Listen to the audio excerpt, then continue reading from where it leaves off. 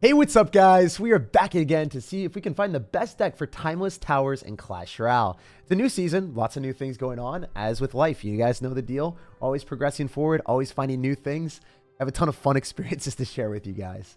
Anyway, let's get into it. So, originally, I thought that Timeless Towers, when you read it, strike hard and fast. The Crown Towers have lower health points, so they heal over time.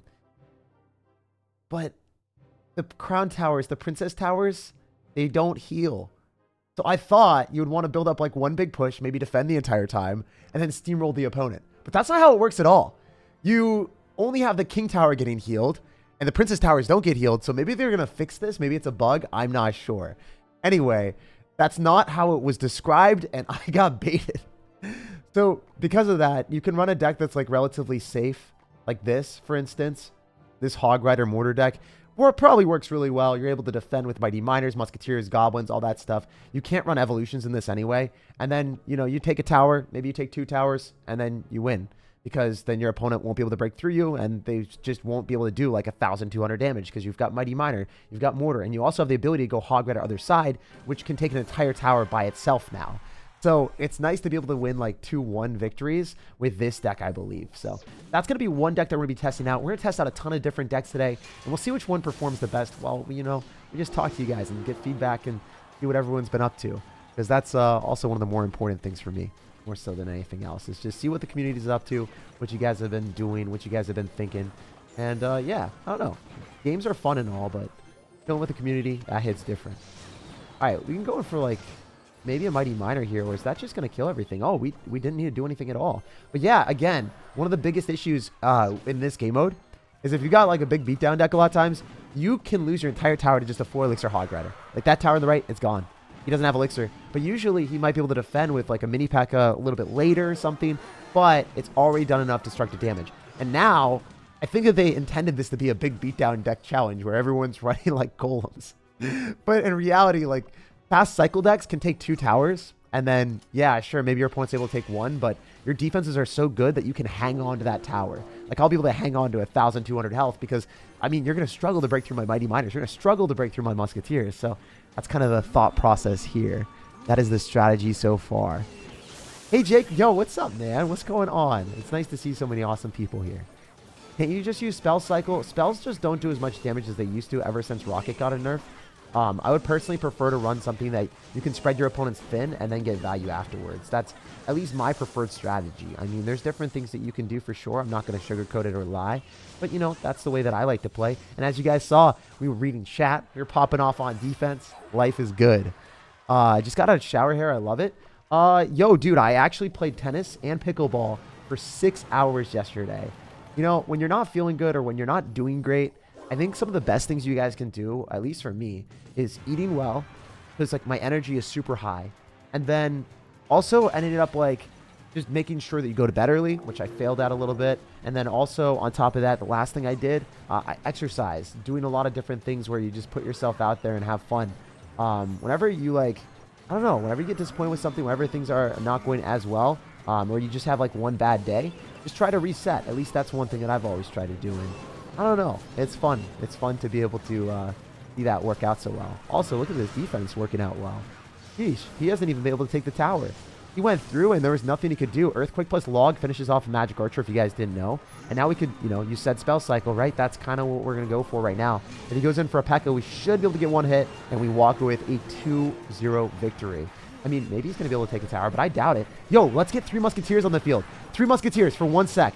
1 split sec, bros. Come on now. Come on now. Let it happen. Let it happen. I need to cycle cheap cards so I can get back to another Musketeer, please. Okay, we ended the game with 1 Musketeer instead of 3. Not the direction we wanted to go in, but it is what it is. Yo, Sway Mighty Miner. Yeah, Mighty Miner is really good. I thought this was a normal video with amazing montage. Ooh.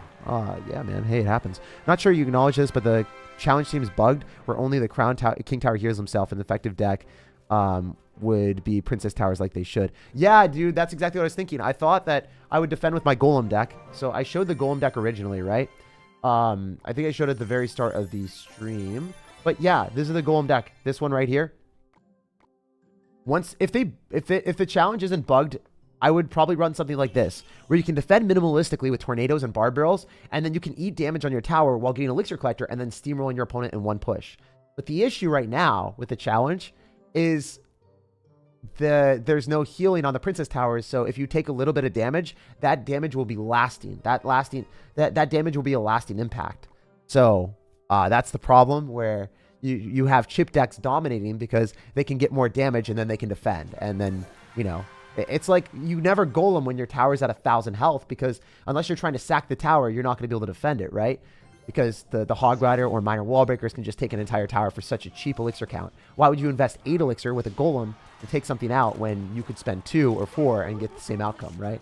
At least that's what I've experienced. But yeah, he activates King Tower. Oh, what if he deactivated his King Tower because it healed up? That would have been funny. Like, not even a cap, that would have been pretty awesome. I would have enjoyed. Also, I'm thinking Royal recruits Royal Hogs might be really good, because if you take 2 towers and do damage to both towers at the same time, it's really hard for people to defend it, since it's just so cost efficient. The recruits are, at least. But yeah, that's how it goes. You play sports? Yeah, dude. I was really, really busy, and I didn't really have my priorities straight on a lot of stuff. And I realized, like, hey, I love tennis. I love going and being active. I love doing different things. I hadn't done it in a while. And it's like, my brother plays pickleball professionally. I end up, like, just really enjoy, like, testing out stuff and seeing what I like. And for instance, in some situations, I was not doing that. I was just sitting at home. I was kind of just chilling.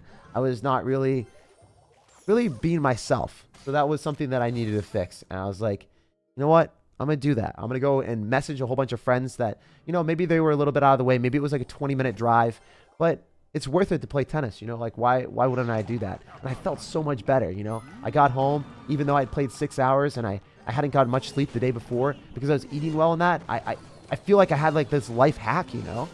It's actually insane. It's so much easier to be positive. It's so much easier to be happy. It's so much easier to want to do more things if you're putting yourself in a position that you can. And yeah, I played a lot of sports when I grew up. I played baseball. I played tennis. I played flag football. I biked a lot. I even worked at a bike shop. Oh man, I did so many different things. And I don't know. Sometimes you just got to put yourself out of your comfort zone if you're too used to doing a certain thing. The number one advice that I give to anyone, whether it's a food, whether it's a sport, whether it's trying some new ideology or something that you guys haven't done before, if you don't like it, you don't have to do it again. But if you do it and you do like it, then you found something that might change your life forever. You might find like a new food that you love that, you know, you're going to go and have as a comfort food for the rest of life. Maybe you find a new sport. Maybe you find new friends from it. Like, there's a lot of different things that you can do where, I don't know, it's not necessarily as intuitive as you would think because everyone just doesn't want to waste time, but it's not wasted time. It's just like knowing what you do and don't like. At least that's what I've experienced. Even when I go to restaurants that I don't like, for instance, in Bainbridge Island, there was one that I went to that had flies and stuff, and it had like a 4.6 rating on Yelp. Well, now I realize, like, hey, 4.6 out of 5, yeah, sure, that might be really good and all, but you can't completely trust reviews. And then also on top of that, even if it didn't work out, like, now I know, like, if I go back, I'm not going to go to that specific place anymore. So it was a vibe. Oh, please, please. Oh, it's going to die. Yeah. Oh, so close. GG, man. I wish that we were able to stop like a little bit of firecracker damage, so then we would have been able to survive. But yeah, as you guys can see, a lot of these games, when you're running cycle decks, they come out down to just a little bit of damage. We'll also be testing out some different decks as well. How do you not get frustrated? Yeah, so let me tell you. How do you not get frustrated off stream playing the game? I'm free-to-play player, and it's hard to get shards. Evolutions are OP. All right, so all it really took, I got frustrated a couple times, and I had friends around me that said, hey, this is just like not healthy for you. And when you have people that, I don't know, like when you surround yourself with people that you like, when you surround yourself with people that you respect, and you surround yourself with people that question your actions, sometimes, like I was 18 years old, I got frustrated at a video game. My friends are like, dude, this is not good for you. This is not healthy. Like, you're literally just playing a game. You know, play games for fun. And I started thinking about that. It sunk in a little bit, but it wasn't like a drastic change or anything. But after repetition, right? After finding like people that really do enhance me and make me better, that's been one of those things that really drastically improved my life. It's just, I don't know. You got to surround yourself with people that do that. Basically, it doesn't even have to be friends. You could be like, you know, watching stuff that influences you in a positive way. You could be exercising, which influences you in a positive way. Just put yourself in a position that you can do that. I don't know. That's what I had over time. Whereas like after multiple instances where I had those feelings, I like was kind of disappointed in myself. I was like, you know what? They're right. You know, it's cool to have that experience where you can get a self-correcting mechanism because you're trying to like have it through repetition where you're trying to fix things, or you can end up having people hold you accountable for things as well, and that's a really good aspect. I'm sure that you guys have also had this experience or seen this experience, but you tell a friend that you're going to do something and you feel a little bit guilty if you don't do it, right? Like let's say you tell your friend, hey, I'm starting to work out a lot, hold me accountable, and then you stop working out and the friend messages you and you're like, yo, have you been working out or whatever? You feel a little bit crappy, right? And then you don't want that to happen again. You don't want to like let down the people that you actually respect. That's one thing that I realized. Also, this deck that he's playing, I thought Royal Recruits might be really good because they do damage on both sides and they can do a lot of damage. So definitely a good deck. Also a bad matchup for us if you think about it from a pragmatic point of view. Playing against someone that ends up having a Royal Hogs deck when we don't have splash damage is definitely the most difficult matchup for our deck. So it's okay to also recognize like, hey, sometimes matchups just kind of suck. We'll just bounce on the next one. I'm not going to play this one out. I don't really want to. I think that we would eventually lose to fly machines and stuff. Another thing that I do in games, like when I'm not having fun or I like know that the game is definitely over, a lot of times I'll just try it out to the very end because that's how I am. I like trying out and being optimistic. But sometimes in these type of games, whenever I just want to move to the next one and it's like a casual game mode, I'm not going to stress over it, you know? Like the game's meant to be fun and you should never like put yourself in a position where you're stressing over like in-game ranks or anything like that. What program do you use to make your videos? I use OBS. All right. Haha, noob. Oh, dude, it happens, man. Like, you can't win every game you play. I'm sure there's probably like Muhammad Light that could have won that last one, but that's a tough one. You know, it's really tough to beat a fly machine when you don't have any way of killing it. You don't have like Mega Minion Phoenix or Fireball, and the fly machine just kind of stays alive. Very, very difficult from that point of view. Right now, we're just vibing. Yeah, dude, we are having a good time. Also, wait. Watch this. We're going to wait for the P.E.K.K.A to get close, and then we go Ice Spirit and Goblins. And then we reset the P.E.K.K.A so the P.E.K.K.A doesn't end up killing the Goblins that quick. And then the Musketeer is going to win against the Executioner, too, for 4 Elixir. 4 against 5. His Executioner took the dive. All right, we can go in for a log here. I definitely want to be able to kill the P.E.K.K.A as quickly as we can so then it doesn't get another shot on our Mighty Miner. Also, as you guys can see, Hog Rider just does so much damage. What a good card.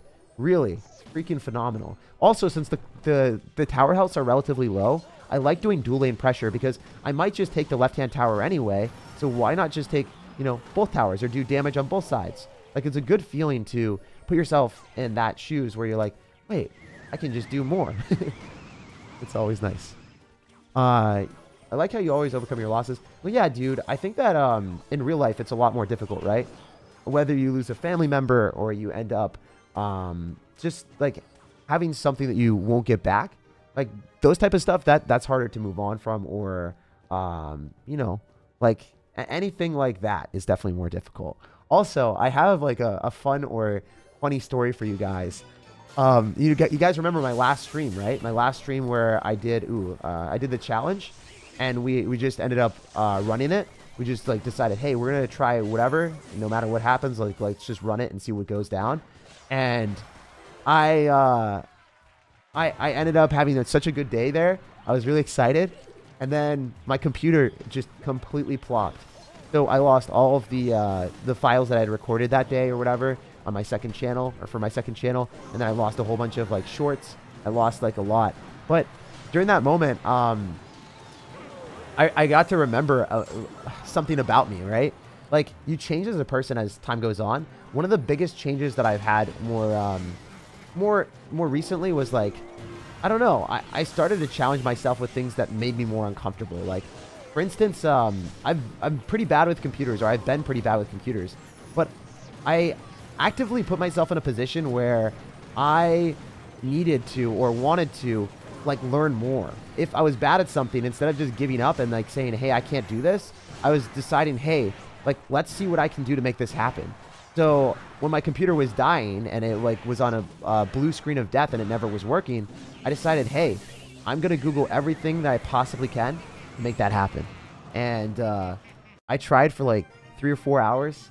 I was able to come away with some solutions, and it was a remarkable time because, like, you know, you have this satisfaction where you fix something that you didn't think that you would be able to before, and you learn a lot in the process too. Like, you learn, you get satisfaction, You also learn how to fix things for the future. And then you have this increasingly higher dependence to rely on yourself. So that was one of those things that happened a lot. That was really, really cool. Why is bro so deep? I don't know, dude. I just talk about whatever I feel. It's YouTube, right? This is supposed to be me, right? Like I'm talking to you guys about what goes on in my life or what goes through my brain. I love playing Clash Royale as well. And, you know, I'm glad that we can do a mixture of both. On my live streams, I'm going to be talking a lot more about what I'm thinking in the moment. And if anything, you know, I get to interact with a ton of people and you guys get to tell me, hey, what do you think? You know, like I get to learn from y'all and, you know, we get to have conversations together. It's really cool. He lost for us? He just wanted to talk for us? I'm also not a fan of like being disingenuous too. Like I definitely lost because I didn't play as well as I could have. But it's all good, you know? Wow, Battle Healer is pretty annoying, not gonna lie. But I think we're okay. We can just kill the Battle Healer, then I think we're vibing. Nice. How do we stay alive there? I'm mystified by that. That's good to hear. Looking forward to for such saved vids. Self-improvement is such a good feeling. Been slowly doing tennis with my partner thanks to your stories. It's been great. Aw, let's go. That's awesome. Yeah, seriously, like just testing out new activities is really, really cool. I thought pickleball was going to be the lamest sport in the world because I played tennis. I was like, yo, it's just like less activity, less satisfaction. But I don't know. Like I after playing it and seeing it and being around so many friends that can also play it with me, there's just a lower barrier to entry because not as many people have to like learn all the technical skills. You don't have to move around as fast-paced as tennis. And if you miss a ball, you're not immediately punished by having to walk up to get in the net. Like, it's not that far away. And the games are way faster, too. Like, let's think about it from this perspective. What is one of the reasons that mobile games are so successful? Everyone has access to them because a lot of people have phones, right, compared to PCs. And then what's the other reason? They're just easier to play because there's less mechanics. You don't have to spend a million hours to learn how to play League of Legends or anything like that. Also, this guy's got Electro Dragon. We've got Sparky. So this game is not going that well. Also, we'll see if we can make this happen, but I don't know. I kind of want to go for E-Barbs here and then rage it up and see if we can roll. If we can snag 2 towers, that'd be a vibe. I also want to play Rail Recruits, Rail Hogs because I think that might be the best. Here's the issue, though. I need a 3 crown, and I don't know if I can. Let's rage and see if we can be on the same page and destroy him. He's going to fireball, so that was a smart strat on his end. I think we can eat damage on the 3 crown, but wait. Let's just keep going because I don't think that the cannon card takes me out. Also, oh wait, it just went back. It's full health. All right, so I've learned something, guys. I'll be real with you.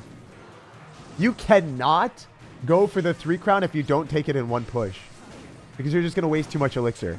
So we've learned cycle decks just take 2 towers and don't try to run beatdown decks where you can't take 2 towers very easily. Taking 2 towers in this game mode as is one of the most important things in the world. In this game mode. Sorry, in the arena world. Most important things in the world. Oh my god. Guys, don't roast me for that. Taking an entire cannon cart, that's crazy. Yeah, it literally took an entire cannon cart. It's insane. E-Giant or Mega Knight? I think that neither of them are that good. As I said before, I think running faster cycle decks is probably the play. This deck worked pretty well for us in the games that we did play. But I think that the Rail Recruits, Rail Hogs deck is definitely very good too. So let's just go and share this. And then copy it. And then put it in here. And then I think we could run Electro Spirit if we want. Yeah, Electro Spirit. So for me, this is used to be my main deck in Clash Royale. Still is my main deck in Clash Royale. And yeah. Also, yeah, if you guys have any questions, let me know. I'll just be candid on anything. Trash or Treasure, thank you again, man, for joining and becoming a chivalrous sir. I appreciate that, bro. Lots and lots of love. I forgot. Well, it's not showing your name, which is kind of stressing for a second. I want to be able to say thank you. I don't know if you guys know, but I am pretty bad with technology, but we're working on it. That's one of the things I will be better at. Man, why is... Oh, Super Saiyan guy. All right, we got it. Thank you for becoming a chivalrous sir, and thank you for becoming a member. Les Contours that comes and says, what is the best deck for this season? I don't know yet because the Knight is really, really, really, really, really broken. Like, the Knight takes damage reduction when he's not getting attacked, and he's basically unkillable then. So I think Evolved Knight will definitely be the best card this season, I think. Maybe the best card in the history of the game. Like, it just does not feel fair. It's probably going to be very good with Graveyard or, like, Log Bait or decks that can actually appreciate it. So... that's going to be a problem for a lot of people. Like, if they don't have Evolved Knight, I think that it's going to be difficult to win matches if they're playing against Evolved Knight. Anyway, we're going to go for our Zappies in the back.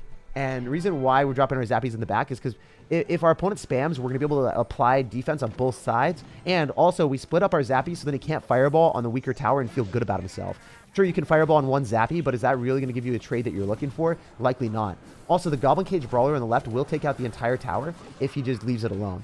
It will do, like, you know, 300 damage, 400 damage a shot. Yeah, look at that. And then the Barb and the Zappy on the right, because the split lane pressure, it puts us in a position where we're chilling. I can Fireball here. I'm kind of waiting to see if he drops anything else. I was hoping that we would be able to hit everything we wanted. The King Tower activated. I don't have to respond to that. The Knight does die. We can go for an Electro Spirit at the river. It's not like he's going to try to activate King Tower here, because if the Electro Spirit chains onto the tower and then he drops something behind it, like his tower's at 55 HP, so really wouldn't make sense for him. Generally, the way that you play Royal Recruits Royal Hogs is you go Zappies in the back, and you go Recruits at the river. And that's really your only push that you have to worry about. Like, this deck is super brainless from that perspective, and there's a lot more intricacies that you can learn, but that's a strategy. If you go Recruits in the back, the Recruits take too long to get in front of your tower, so then they can spam at that exact moment when you Recruits in the back, and then they can take the tower, and then it's game over. So you want to go Zappies instead. Zappies defend all the air stuff too, and then, you know, because this deck is capable of taking 2 towers at once and then overwhelming the opponent, you can even 3-crown quite easily too. So it's a great deck. I love this Knight. Yeah, dude. Why do you lose in a lot of streams, bro? That's just how it happens, you know. A lot of times I wake up and, especially when I'm trying new things, like, you guys gotta understand, like, when I create content for YouTube videos, I've probably played the deck a lot. I've probably ended up spending a lot of time learning it. Live streams is just raw, man. I talk to you guys at the same time while I'm playing, instead of just purely focusing on my games. And then also on top of that, I'm testing out new strategies, new game modes, and new things. And there's no shame in losing in something that, you know, you're not exactly comfortable with, or you're trying out for the first time. And I feel like, I don't know, it's human nature to get embarrassed about that stuff. Like, for instance, when I played pickleball, I don't know if you guys know the rules, but I'll just quickly explain it. Basically, there is a spot inside the court that is called the kitchen. Guys, you cannot cook in the kitchen. You cannot decide, hey, I'm going to go and hit the ball in the air in the kitchen. I hit the ball in the air in the kitchen like 4 or 5 times. Guys, I played like Division 2 tennis for a little bit, and I was like okay at tennis, right? But I was a complete scrub for the very first game that I played, and I was embarrassed because my friends expected me to be good, and I was just hitting the ball in the net because, you know, I was used to playing tennis with strings instead of having like a paddle, right, with no strings. So it was just a completely different feeling. And I played awfully, and I was just embarrassed. I sat there, I was like, shit, this is awful.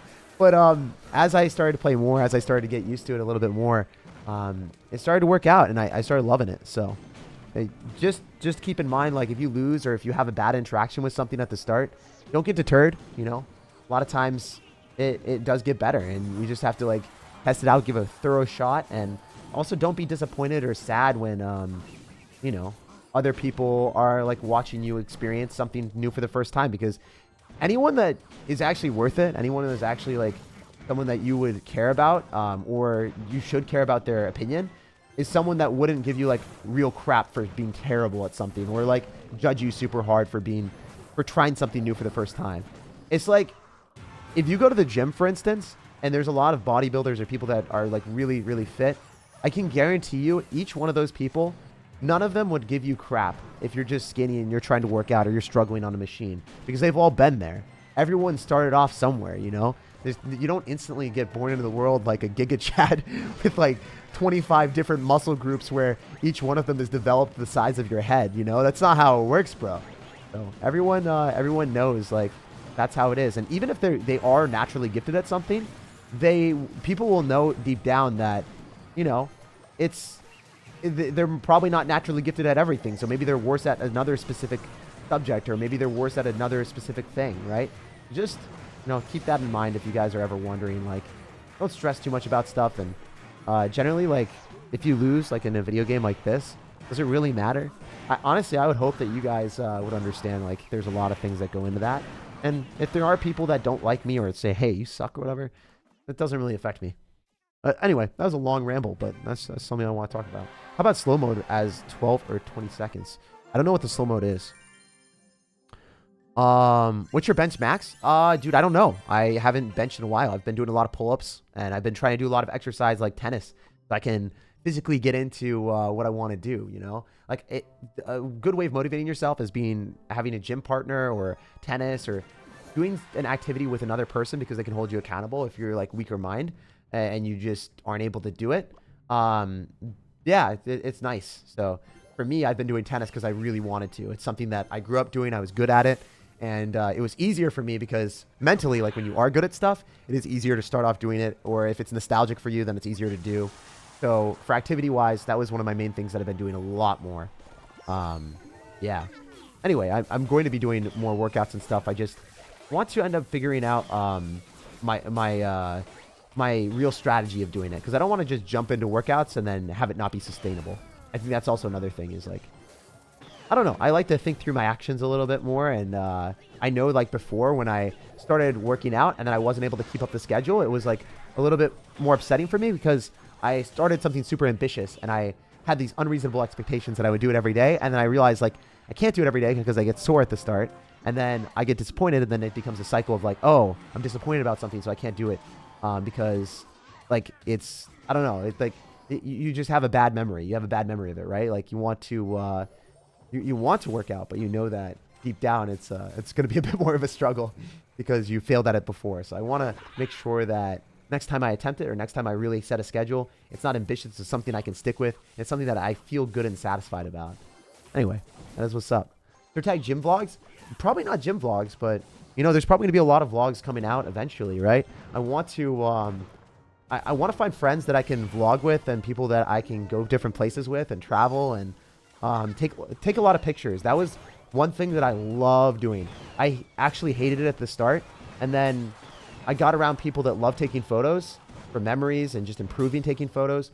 And I genuinely, out of a lot of the things that I learned the past year, taking quality memories and having quality pictures to like represent those memories so I never forget it, that is one of the most important things for me that I had no clue I even enjoyed.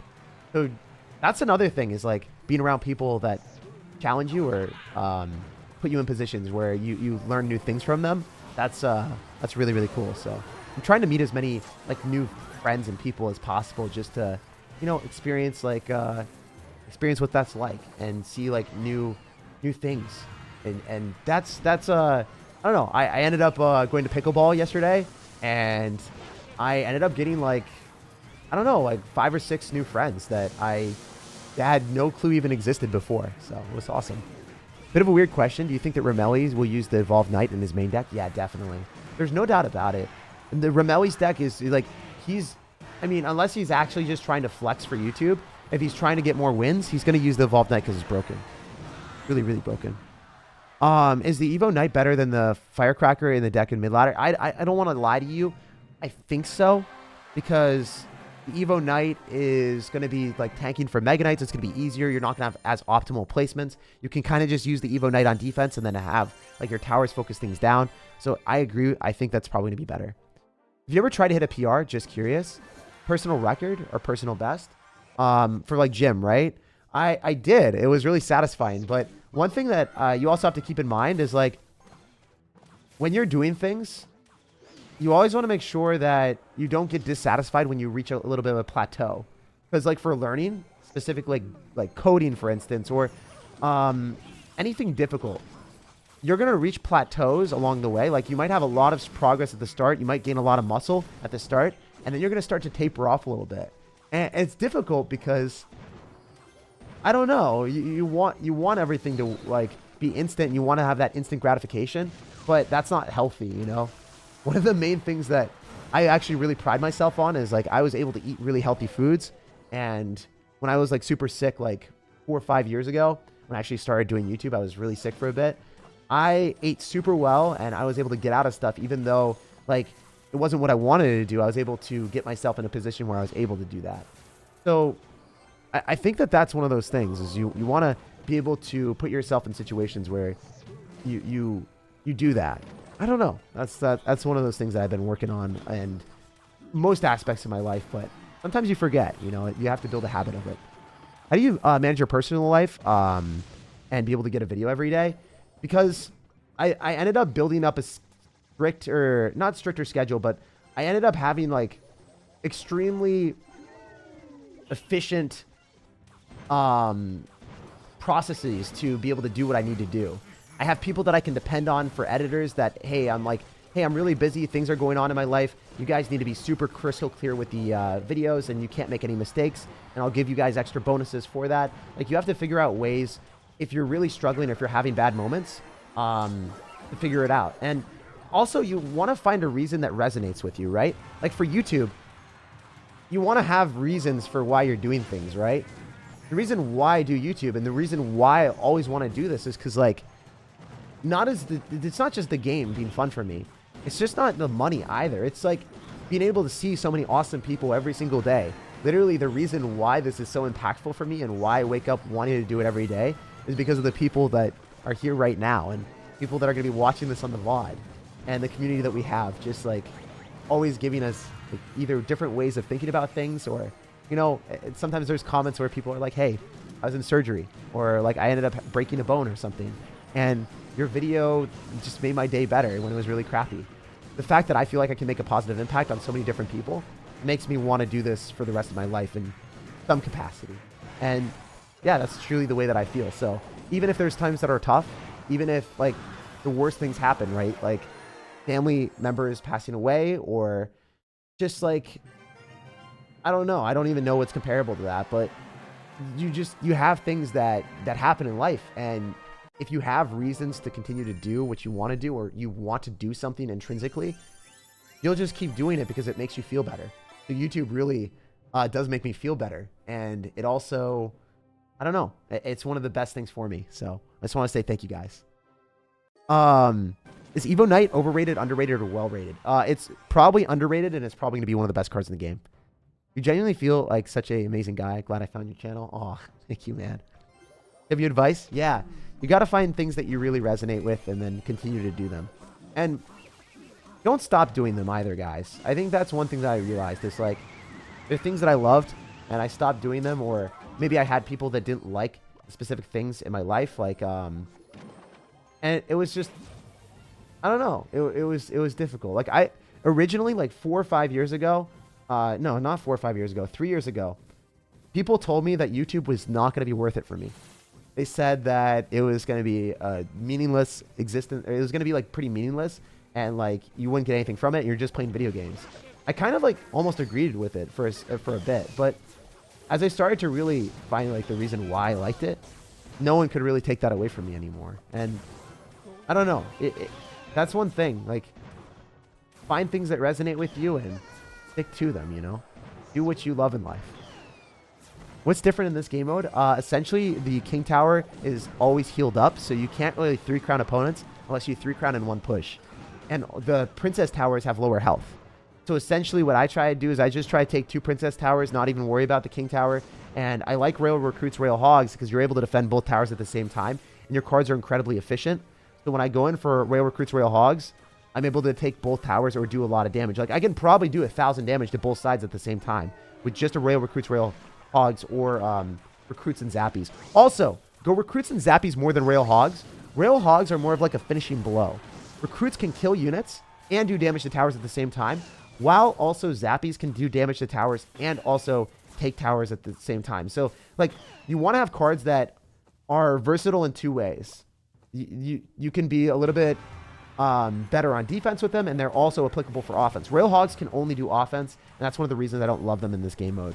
Also, a ton of people are going to be running beatdown decks, and since you have Zappies to stun the Electro Giant, you've got like a Goblin Cage to shut down their big beatdown push, and then you also have Recruits. It's so hard for them to break through. Also, watch this Goblin Cage placement, guys. Wait. You guys see the Golden Knight?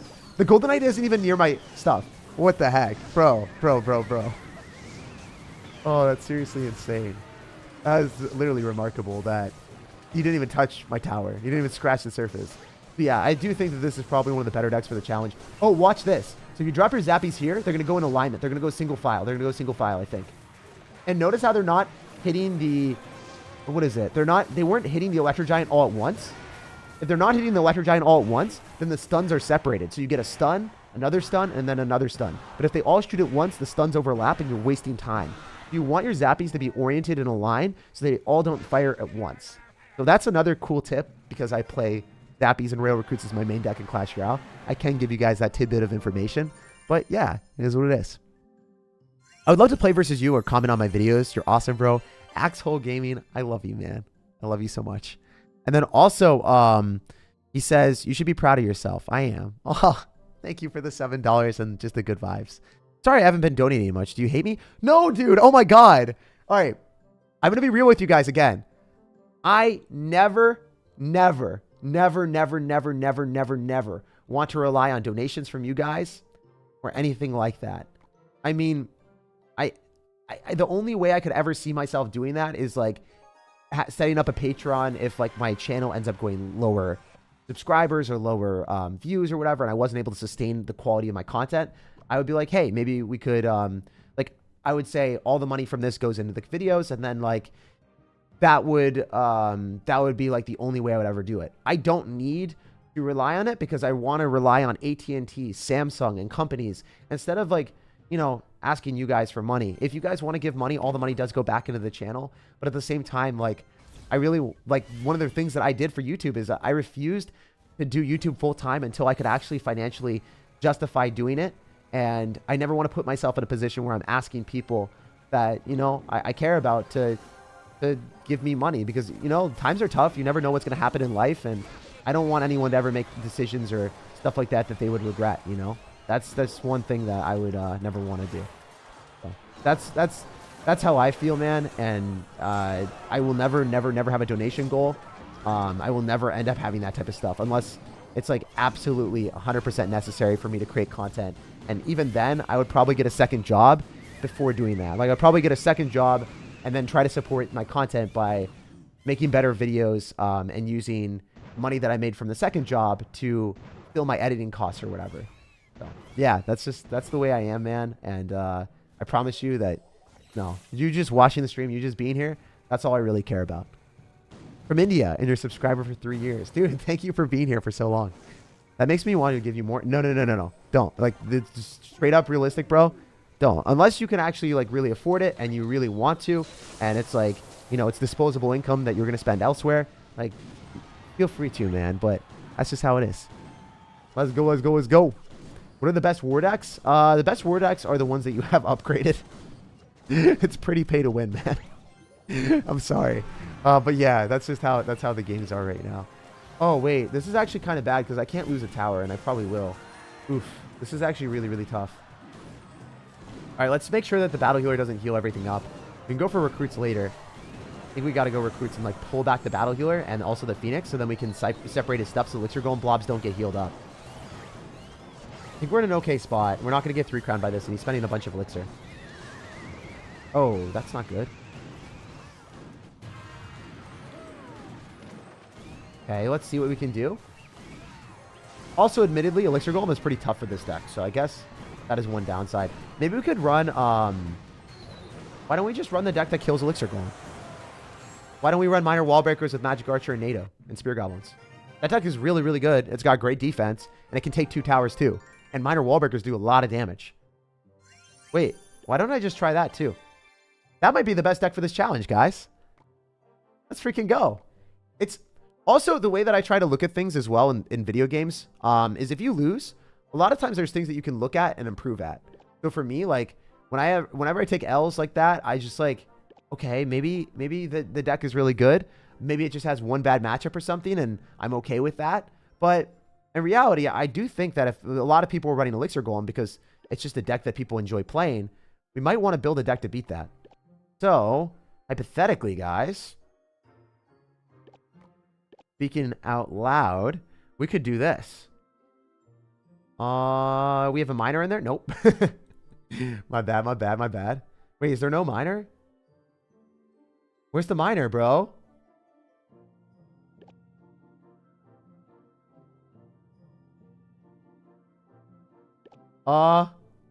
Guys, did they remove miner? Am I seeing things? Can you guys let me know? Is there actually no miner in this game mode? I feel like I feel like they might have messed up. Is there Goblin Drill? There's no Goblin Drill either. You know, Clash Royale, that's pretty arbitrary for them to do that. Huh. Huh. Well, we could run it with Hog Rider, to be honest, and that's like not that bad of a deal either. We run Hog Rider, Valkyrie, Fireball, and then the last card, what was it? It wasn't Zappies, obviously. I'm trying to think. What was the last card? What's the Ramelli deck? What was the last card, guys? I'm forgetting. It wasn't Ice Spirit, right? I'm just going to take a quick look at Royale API so then I can find it out. And we will see Magic Archer, Miner, and then Wall Breakers. Oh, it was actually... Yeah, it was actually the fact that it was Miner and Wall Breakers. So since I don't have either of them in the deck, I don't have both of them in the deck, I have an extra card slot. Okay, let's just test this out and see how this works. It'll be a fun time. They took out Rocket too. I don't know why they would take out Rocket, bro. It doesn't make any sense. Also, Danny Russo, thank you for the $2, man. Hopefully you're having a good day. It's Log. Yeah, they also removed Rocket. Yeah, I don't know why. I feel like they really glitched up on this game mode, man. I wonder if it was just like a failure in testing or what. I love your gameplay, man. Hey, thank you. Thank you so much. Also, if you guys are enjoying the stream, the best way of supporting me is supporting me for free by just dropping a like on the video. And it goes a long way. So I just want to say, if you guys want to, feel free to. No pressure, though. And yeah, I also put out live streams every single time that there's a challenge or a video. And learn from there, you know. Also, watch this. I'm going to be able to tornado this back. Going for an Ice Spirit, so then the Electric Dragon's going to get stunned a bit. Oh, I forgot that, yeah, the towers really just die really quickly if you miss the bomb tower. I thought the Elixir Golem was going to get finessed there, but I guess not. Totally fine, guys. We're going to go for a Hog Rider here, and we're going to probably go in for a Magic Archer or a Fireball, depending on what happens. I think that we're in a decent spot, all things considered, because we do have a bit of an Elixir advantage. We should be able to kill the E-Barbs. And I know that I can use my tower as a resource because it's just not going to die to the E-Barbs here. So instead, we can go for a Magic Archer, and then go in for like a Valkyrie, and then probably just finish off the E-Barbs and then be okay. As long as we can kill the E-Barbs, we're going to be okay. That's all I'm going to say. Kill the E-Barbs and we're going to be okay. All right. I guess the little blobs do so much damage. There's no doubt that Elixir Golem is very strong in this game mode. Elixir Golem has to be strong in this game mode. Kind of crazy that I don't know. I think our deck beats Elixir Golem. You just need to like play a bit better of defense. Anyway, we're going to get a Hog Rider through. Let's see how much damage we can get. Dude, that thing is just going to take the entire tower. Seriously, for 4 Elixir... Okay. I don't think Elixir Golem is needed. I think we just need to play better defense and not miss the Bond Tower. Objectively, like, it's nice to look at your mistakes and realize what you could have done better in that specific situation. I really shouldn't have messed that up. All right, we can go for here and go Magic Archer and line that up. And then Tornado. Doesn't hit the tower, but it does end up killing the Electric Dragon with a Fireball if I need it. All right, we can do this. We can go here, and then we can Fireball afterward.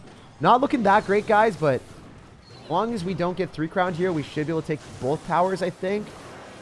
Yeah, I think I probably get 3 crowned, though. GG. So, I should have just played better than I did, and we'll move on and we'll play better.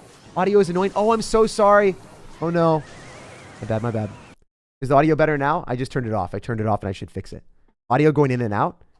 Let me know. Is the audio better, guys? Let me know. It should be a lot better now. All right, so let's do something like this. I think that's probably optimal. Cool. Awesome. Let's go. I'm sorry about that. Audio better? Yeah, cool. So I did completely reboot my entire computer, reinstall Windows and all that stuff. So that's part of the reason why. Yo, Purple Skittles. I love all your energy in your videos, he says. Well, I love you. Thanks for the vibes. Thank you so much, guys. I'm glad the audio is a lot better. I'm glad we're vibing. Yeah. Still cutting? No, it shouldn't be cutting. I think we're okay. It's doing it again. No, it's popping in and out. Oh, man. Let me try something else, all right? What about this? Is this better? Let me know. I just turned off the noise gate completely. So I don't know if that's going to make it change or make it worse or better. You guys let me know. Does that fix things? Yeah. Hopefully that changes stuff. Just trying to problem solve in the time that we do have today, and hopefully we can make it happen. And if not, then I'll take a look afterwards. I'll take a look after the stream. It should be fine, though. Should be A-okay. Audio's good here? Cool. Cool. Awesome. It's been fine for me. Bro missed the magic archer value because of the audio. Oh, no, it's all good, man. All right, we're going to go in for a hog rider here, and we'll see what else is happening. I can also go in for like a tornado or something. I'm not having any issues. Must be their connection. They're just making you interact with them. Oh, it's all good, man. I guess, like, yeah, I guess if you guys are saying it's good, then it's fine. We'll go for a fireball here. We should be able to kill the goblin barrel. And then we can ice spirit as well. You guys can restart the stream. Oh, is it restarting the stream? That might be it. Maybe it's OBS or something. I don't know, man. Maybe it's something like that. I think the most broken is I don't know, man. I try not to steal from other content creators and stuff like that. Just trying to figure it out myself. Audio is 100% good. Yeah, hopefully the audio continues to stay there. All right, we can magic archer in the back, and then we can go for like a Valkyrie here, and then maybe we could fireball. Maybe we can go for skeletons. There's a ton of different things that we can do. Kind of want to go skellies and then ice spirit, and then we can go in for probably a tornado. Pull that all to the side, then go in for a magic archer, and then get like another Valkyrie down. Last possible second so it doesn't get a hit on our tower. Nice. We've got 2 magic archers on the field. Let's go, let's go. I restarted. Okay, so you have to just restart the stream. I'm sorry about that. Might have been a YouTube issue. Might have been an OBS YouTube issue instead of me. At least that's hopefully what it is. So yeah, sorry about that, guys. I didn't expect that to happen. I'm glad that the restart of the stream makes it fixed, though. YouTube is weird. Yeah, I'm glad it's not me, though. I'm glad that it's just like restarting YouTube. Because if you can restart YouTube and fix it, then that's not an issue on my end. Huge thank you to everyone that, you know, did that and checked it out, because obviously, like, when you go through stuff like that on my end, it's a little bit stressful, because it's like, man, do I restart the stream? Do I restart everything? Because I want this VOD to be good for everyone. And I don't know. It's cool that we got through it. So thank you, guys. That's another example, I guess, of lifetime problem solving, right? Having a whole bunch of people here with me instead of me like going offline and trying to figure it out by myself. We have 1,000 people helping me out, and you know that's pretty valuable. You know, being able to have 1,000 people have their own thought processes, their own interactions, and then also some of you guys just really genuinely want to help me out in a lot of different ways. So thank you for telling people that, hey, if you restart the stream, it works. That's awesome. What's up, Cameron Davidson? I did say your name. I got you, fam. Hopefully you're doing well, bro. How come people always say there's an audio issue, but I never hear it? Because they actually had an audio issue, and then they restarted YouTube, and then it worked. Super chat. Any P.E.K.K.A. bridge spam tips? Also love the content. Yeah, so for P.E.K.K.A. bridge spam, generally, like, it's difficult to do, but you want to go, like, Battle Ram in the back and then P.E.K.K.A. here sometimes. And if your opponent ends up having, like... Sorry. Hypothetically, there's 2 cool tips that I can tell you that I think are really awesome. There's a lot of easy tips, but I'll tell you the 2 cool ones. Number 1, when you know that your opponent's going to use Lumberjack or Mini P.E.K.K.A. to go and counter your Battle Ram, you can use your Battle Ram in the back, and then right when the Battle Ram's about to get up there, you go in for a P.E.K.K.A. right in front, and then your opponent freaks out because they were heavily reliant on using their Mini P.E.K.K.A. or their Lumberjack to kill the Battle Ram, and then they couldn't do it anymore because the P.E.K.K.A. will punch it just down really fast. So surprising your opponents with P.E.K.K.A. bridge spam and making those type of plays when you know their card cycle is integral to winning those games. At least for me, that's one of the things that I try to do, is I try to surprise my opponent and put them in situations that they're not really prepared for. Also adjusting after realizing what their decks are. That's a huge win for me. The other thing that you can do is generally when you've got a Battle Ram off to the side here and it's going out and your opponent's dropping a building, you can sometimes use your P.E.K.K.A. And then as the Battle Ram's interacting and going closer to the right-hand side, while the P.E.K.K.A. stays on the inside, it kind of pushes the Battle Ram slightly over to the side, and then your opponent that's really relying heavily on getting value, they can't get it anymore. They can't do anything because guess what? They're just going to go head first into just a bad trade. They're never going to be able to make it work. So just something to keep in mind, like trying to put yourself in those types of situations is ideal. All right. Man, I lost my train of thought a little bit, but I think we're vibing. We want to go in for like a Valkyrie and a Hog Rider here. But yeah, like if they can't pull your battle ram with the building, then it's generally going to be GG. So having those type of interactions, if you can make it work, it's so satisfying. Anyway, our Magic Archer is going to be able to take out the tower, but the Hog Rider is going to do a lot of damage. Oh my gosh. Never mind. All right, we can tornado his units away. We can go Valkyrie here. Let's just do this. Go Skeletons as well. Ice Spirit afterward. Hold the door, hold the door, hold the door. Let's go. I do think Graveyard could be pretty good in this game mode as well. Not going to lie. I don't know. There's a lot of different things we can do. What do you think of Evo Knight? Ooh, Evo Knight is, as I said before, I think he's really broken. I want advice. I want to do YouTube, but my parents don't think it's going to work. What should I do? It's not going fast, but I feel like it's going to work. I got advice for you, man. If you guys have questions about YouTube, I freaking got you. Also, wait. First thing I'm going to read is Smurf Blade's thing because I would forget about that. On the topic of pushing P.E.K.K.A.s and battle rams, if you place P.E.K.K.A. on the outside of the bridge and the battle ram on the inside, you can push the P.E.K.K.A. away from getting kited by a giant or an ice golem. Oh, that's so cool.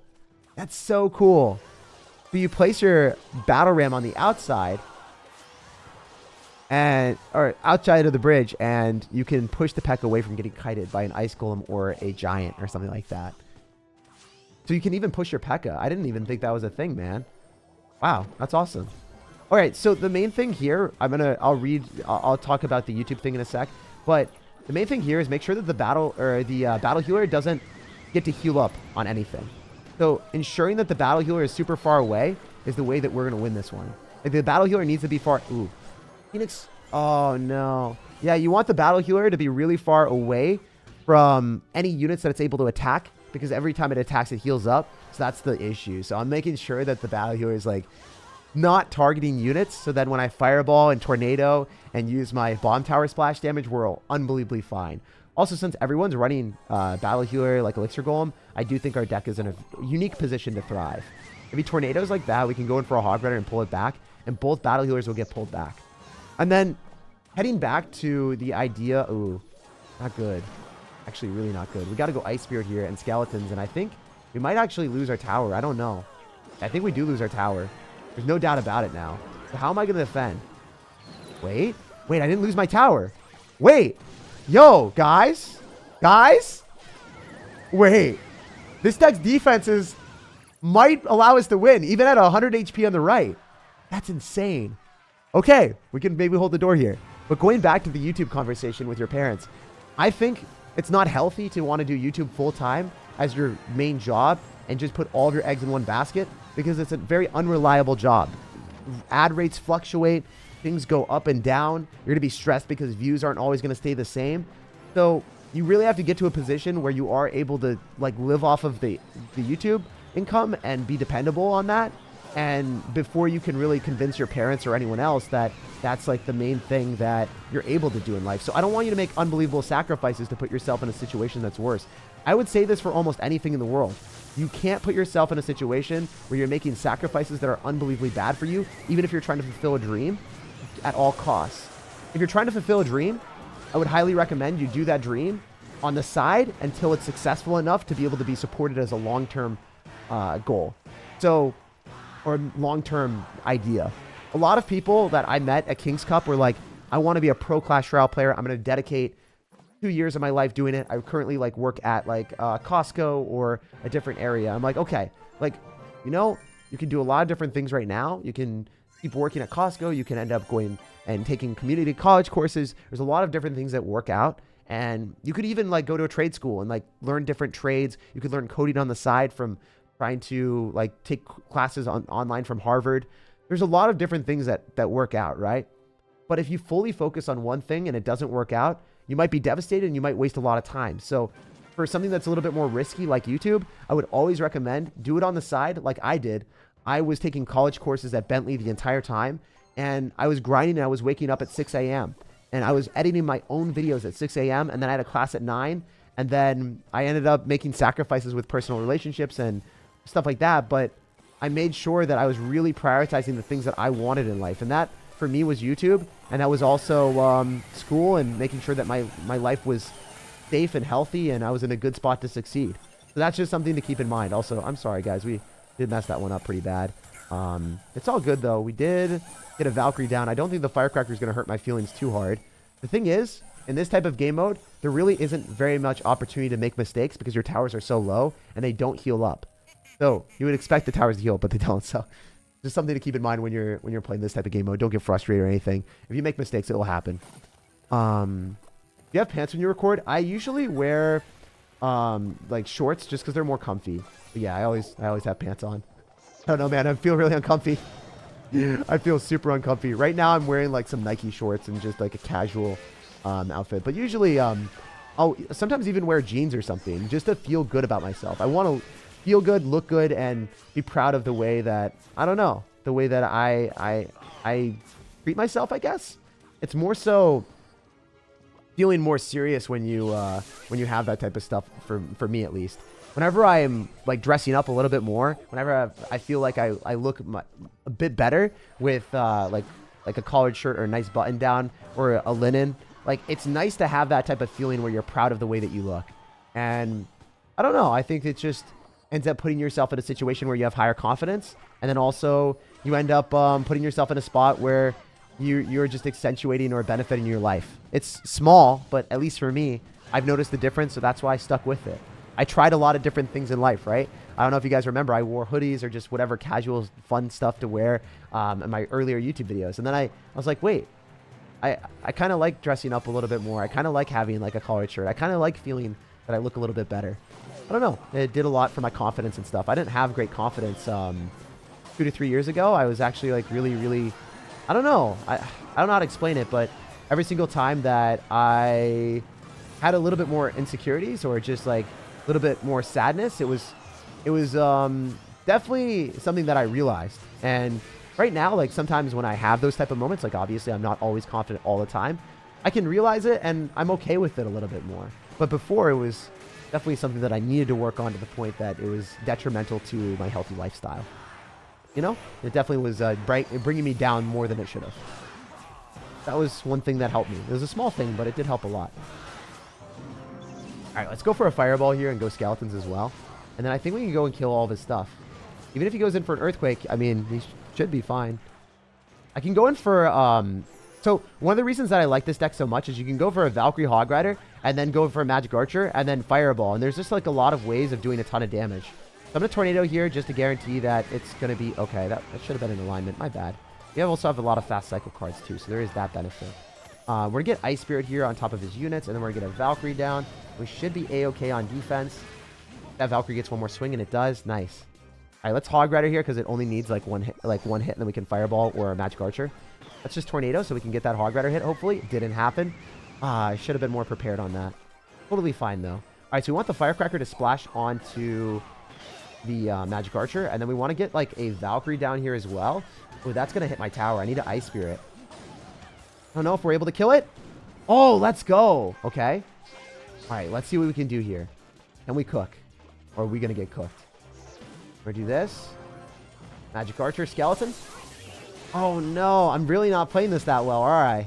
All right, let's just Bond Tower here. He's going to Earthquake on it. That's fine. Go for this. Hog Rider, Ice Spirit. Trying everything that I got, guys. Trying everything I got. Oh, no. Tragic. Tragic. I think he's got enough. Yeah. Dang it. I should have played better there. It's all good, though. Not my best gameplay. As I said before, guys, I've been, haven't been playing as much recently. I kind of played, like, because I've been working on a lot of things. I've been trying to have more personal development and reflection the past couple days because just a lot of things been going on. Yeah, I haven't been playing as much, so definitely played a little bit worse, but I'll get back to it. You know, I'll start playing a lot better soon. Please, am planning to get Ultimate Champion using this deck, Mighty Miner, Evo Firecracker, Tombstone, Zap, Goblin, Skeletons, and Balloon. Can this get me anywhere? Let me take a look. I think it's okay. I think it does work. Yeah, I think it works. I mean, the main thing is, like, when you're running decks with a win condition, if you have an Evolved Firecracker and other stuff, you're going to have a lot of different ways of winning. Also, this guy's BMing a bit. He must feel pretty good now. Not the worst thing for us. I think I can go in for this and then get the magic archer on the tower. Let's go! Look at that. Okay, we're playing a lot better. We're getting our groove back. Look at that magic archer. 0 health. And he's trying to zero our opponent too. No, baby. Come on now. Let's make it happen.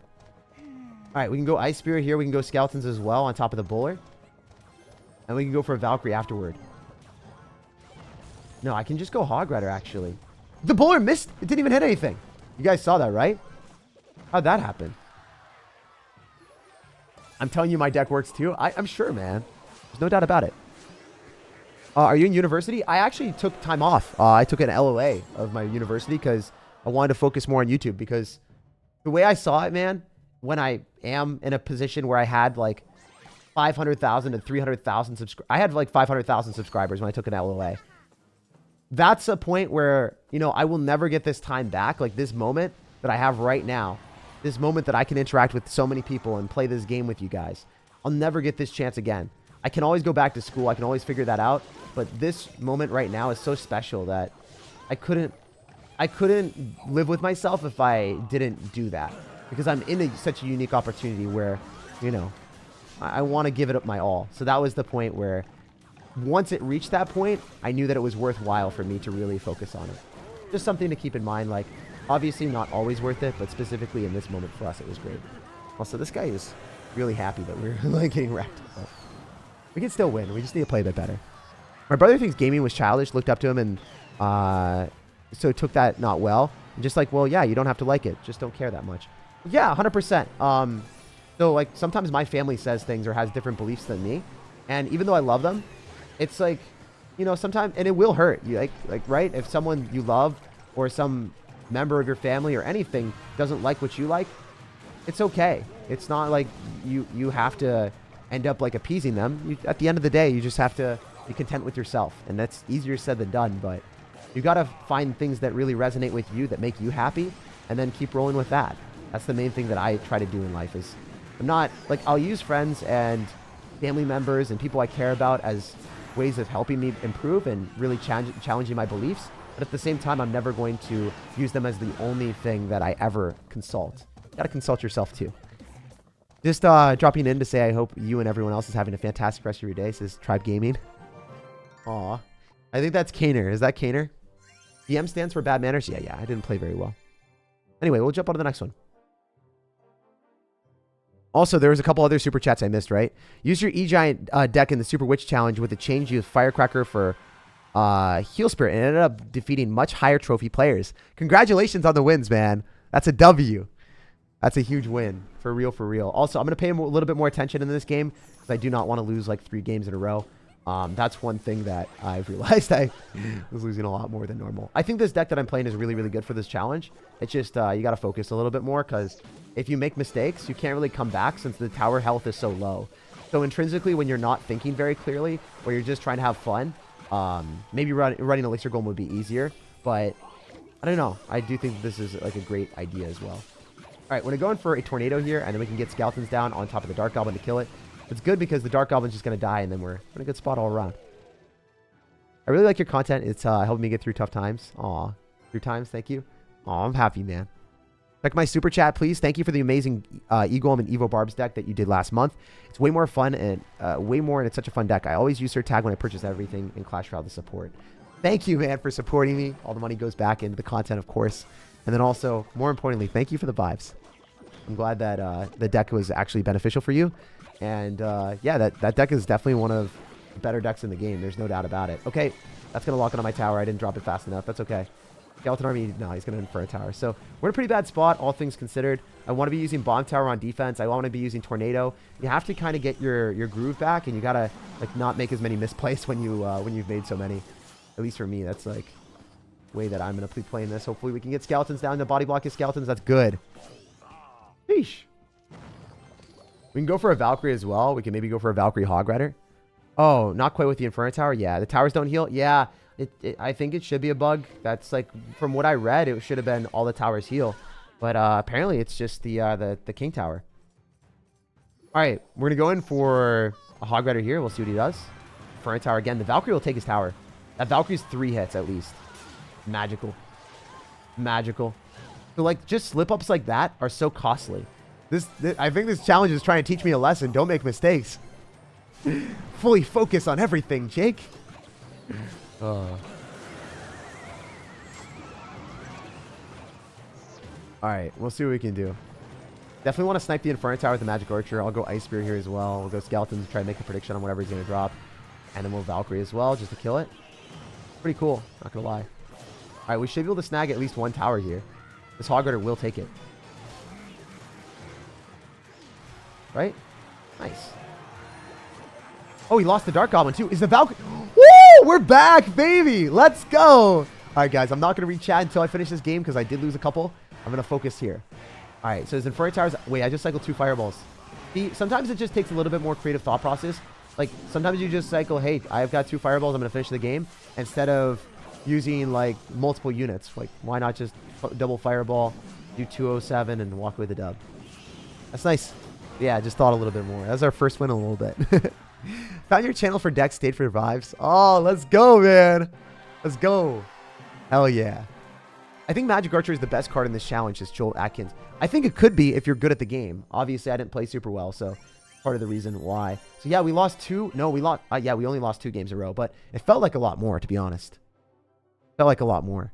Do you watch anime? And if so, what have you watched? Dude, I love watching shows and like breaking down every little minute detail and understanding them and really discussing things like that. That's one of those things that I haven't done in a while because I also haven't really watched as many shows that I like. So it's nice to be able to watch shows that you enjoy and then break them down and talk to friends about that. And I'm starting to do that again and made me really happy. So for instance, Hunter x Hunter is something I'm talking about right now. And it's a great show. It really is. That's my favorite anime. The character development, especially with Gon and also just everyone else. It's really ridiculous how everyone starts off so innocent. They have hardships and they improve, and it's like, I don't know.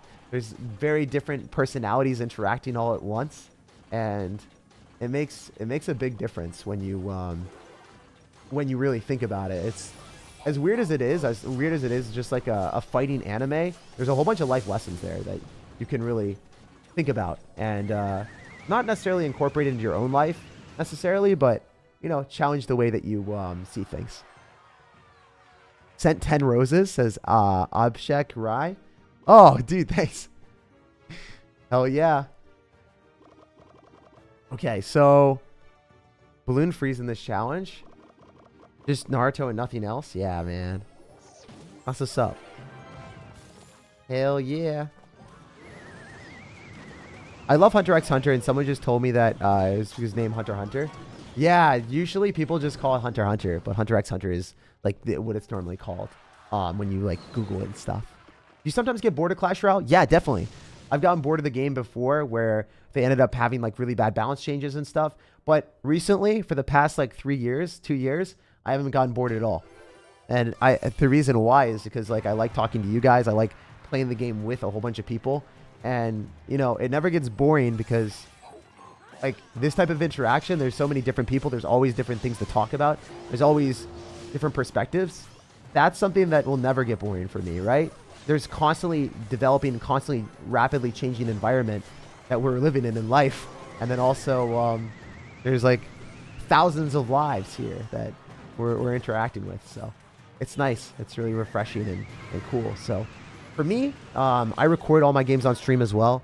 I basically like do YouTube and would probably want to do anything on YouTube. Like, I don't think that there's, well, if there was a game that I really actively hated, I don't think I would ever want to create content on it, obviously, but my threshold for creating content on games, like I enjoy things a lot pretty easily. Wait, watch this. If I do this, he's probably going to lose. Oh, lightning. I forgot about that. But yeah, Magic Archer in this, when you take the tower low, you just get one good Magic Archer NATO, and then you Fireball and you win. So the skill level with this deck is really cool. But yeah, I think it'll be fun. How are you so good? You win so many games. Do you think that I should do it as a player in Arena 16? It feels like my cards are underleveled. Yeah, you can just go to challenges and have an even level experience and play a ton of different decks. I would really recommend to play challenges, classic challenges and stuff like that if you don't have high enough card levels, because it's an easier way of I don't know. It's an easier way of getting things done. It's nicer too. How'd you come up with SirTag? I came up with SirTag because I had like a joke with inside friends, and then it ended up being like kind of inappropriate. It got banned, and then I wanted to change it to something that still had the element of tag, but also, you know, something that was kind of fun for me or cool. Mr. SirTag or Mr. Tag, Dr. Tag, that just felt weird. I don't know. It just felt fun. It felt more refined. It felt more like my name, or like what I wanted to be. I don't know. I was also trying to be really positive in that time period. Like I was just going through stuff, and I wanted to be like super omega ultra, like, I don't know. Like I wanted to end up getting into a situation where I could be more happy, I guess. So I was like, you know what?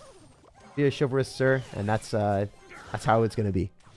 So I just kind of roll with that. It was also short too, and I knew that shorter names are better for YouTube content and better for content because, like, not only is it memorable, right? There's no one else that's named SirTag. Like, there's a lot of people that are named like Destiny or, I don't know, Hope or Destruction or something like that, where it's a feeling that, you know, is pretty ubiquitous throughout gaming, where everyone just like loves naming themselves like one letter, or it's not one letter, but like some feeling that's like kind of, I don't know, normal. I felt mine was a little bit more unique, which made me happy. Also, we can tornado here. I don't think it's going to be able to kill everything, but we might be able to finish off the firecracker. One more hit. Nice. That's really good. All right, so we can't be down elixir because then we immediately get punished and lose our tower. But since we have tornado and we also end up having a bomb tower, our deck is pretty good. Let's try to win 2 or 3 games. All right. Let's go skeletons here and then figure it out. Dude, you seem so happy. Do you truly enjoy YouTube, or is it just a money grab for you? Yeah, it's definitely not a money grab for me. Originally, I was actually thinking that I would just leave YouTube and I would do finance, and that's what I wanted to do. And I was doing YouTube just to like kind of do it and pass the time and be like, yeah, you know, I'm making money on the side. This is pretty fun, and I like video games. And then it developed to something where I truly enjoy it, and I can't really picture my life without it, man. To be real with you, I can't really picture my life without it right now. The more I think about it, the more that YouTube really became a part of me. So, yeah, that's how it is. And thank you for just being so nice, man. Glad that you, I don't know, I'm glad you feel that way. All right, we're going to go in for a fireball, and we're just going to kill his magic archer, and then we'll try to see if we can cook a little bit. I want to see if he drops anything. Something like this, double magic archers. Oh my gosh. Wait, that was sick. That was sinister. Y'all saw that? Like, that's the potential with this deck. That is the potential with the deck. 2 magic archers with 1 NATO, and then just damaging down the entire tower. That's insane. That's insane. Also, Clash Royale at its core, like those type of moments, you don't have those moments in every game. Even though the cards are relatively similar, even though there's a lot of the same decks in the meta, there's a lot of different stuff too. So even 7 years playing the game, I personally love the core concept of Clash Royale. Do I think that they messed up a lot of things? Do I think that they could have done a much better job on the game? Yes. But the core concept of the game is actually my favorite game in the entire world. Like, I legitimately love this game more than any other game I've ever played. And I play it on my free time, even when I'm not streaming and recording, which shows a lot because typically I get very bored of games. Also, Magic Archer again, popping off. Let's go. I think we found our groove. I think we got it unlocked, baby. I think we're going to be playing a lot better. We're going to lock up a couple wins. So let's get this win right now and then figure it out afterwards. Okay, we want to go Valkyrie because the skeleton's going to tank. He already lost his tower. Hell yeah. That's what I'm talking about, baby. We'll go Ice Spear here as well. I watch all your videos daily. You're my favorite YouTuber, hands down. Hell yeah, brother. Magic Archer and Clone and an extra slot in this deck. I don't know about that one, Chief. All right, we want to be able to go and... I shouldn't have done that. We should have just sacked the tower. There's no reason to try to keep the tower alive. Yeah. We're just going to be powering up, man. You're not ready. We eat all that damage because it doesn't matter. It's deceptive to see a tower with no health and then realize that it actually... with full health, and you realize that it's actually like half health. Like, you have to protect this so much. King Tower doesn't matter that much. All right, we're going to go for a Valkyrie. We should be able to slime that real quick. Nice. Would you do anything for Clash Royale? No. Like, I wouldn't go out of my way to, you know, like, do anything. Like, that's a dangerous proposition, saying anything. But I did also spend 12 hours, like, trying to fix the game. And anything that I disliked, I always tell the developers trying to fix it, you know? Like, I actively do spend a lot of time because I do care about the game. And I also care about our community. And I want everything to be successful in the long term. I want it to be the best it can be. So I do a lot for Clash Royale. You might not see everything behind the scenes, but yeah, man. Not everything, but a lot of things. Dude. Oh my God. I'm going to read that after this. I want to actually give it the proper attention and respect. Kong, King Kong, I just saw that. I freaking love you, man. You're going to get better. Life's going to go on, and you're really going to be in a better spot, bro. 100%. Surgeries and stuff like that, they're big moments, and they definitely are kind of life-changing sometimes, where you go through that for maybe the first time, where you have to take time off, and then you get time to reflect or grow in a different way, maybe. I'm not sure if you had activities or things that you wanted to do, but there's going to be a lot of other opportunities where you get to experience or even challenge yourself. And I don't know, maybe you're going to find out that you really like doing crosswords. Maybe you're going to find out that there's a book that you were able to read that really changed your life. There's a lot of different things that happen when you least expect it. All right, getting back to this, I just did a cursory glance and I saw surgery, so that's the first response that I wanted to say, but I'll be saying more in a sec, man. All right, we're going to go for a hog here. Maybe fireball, maybe?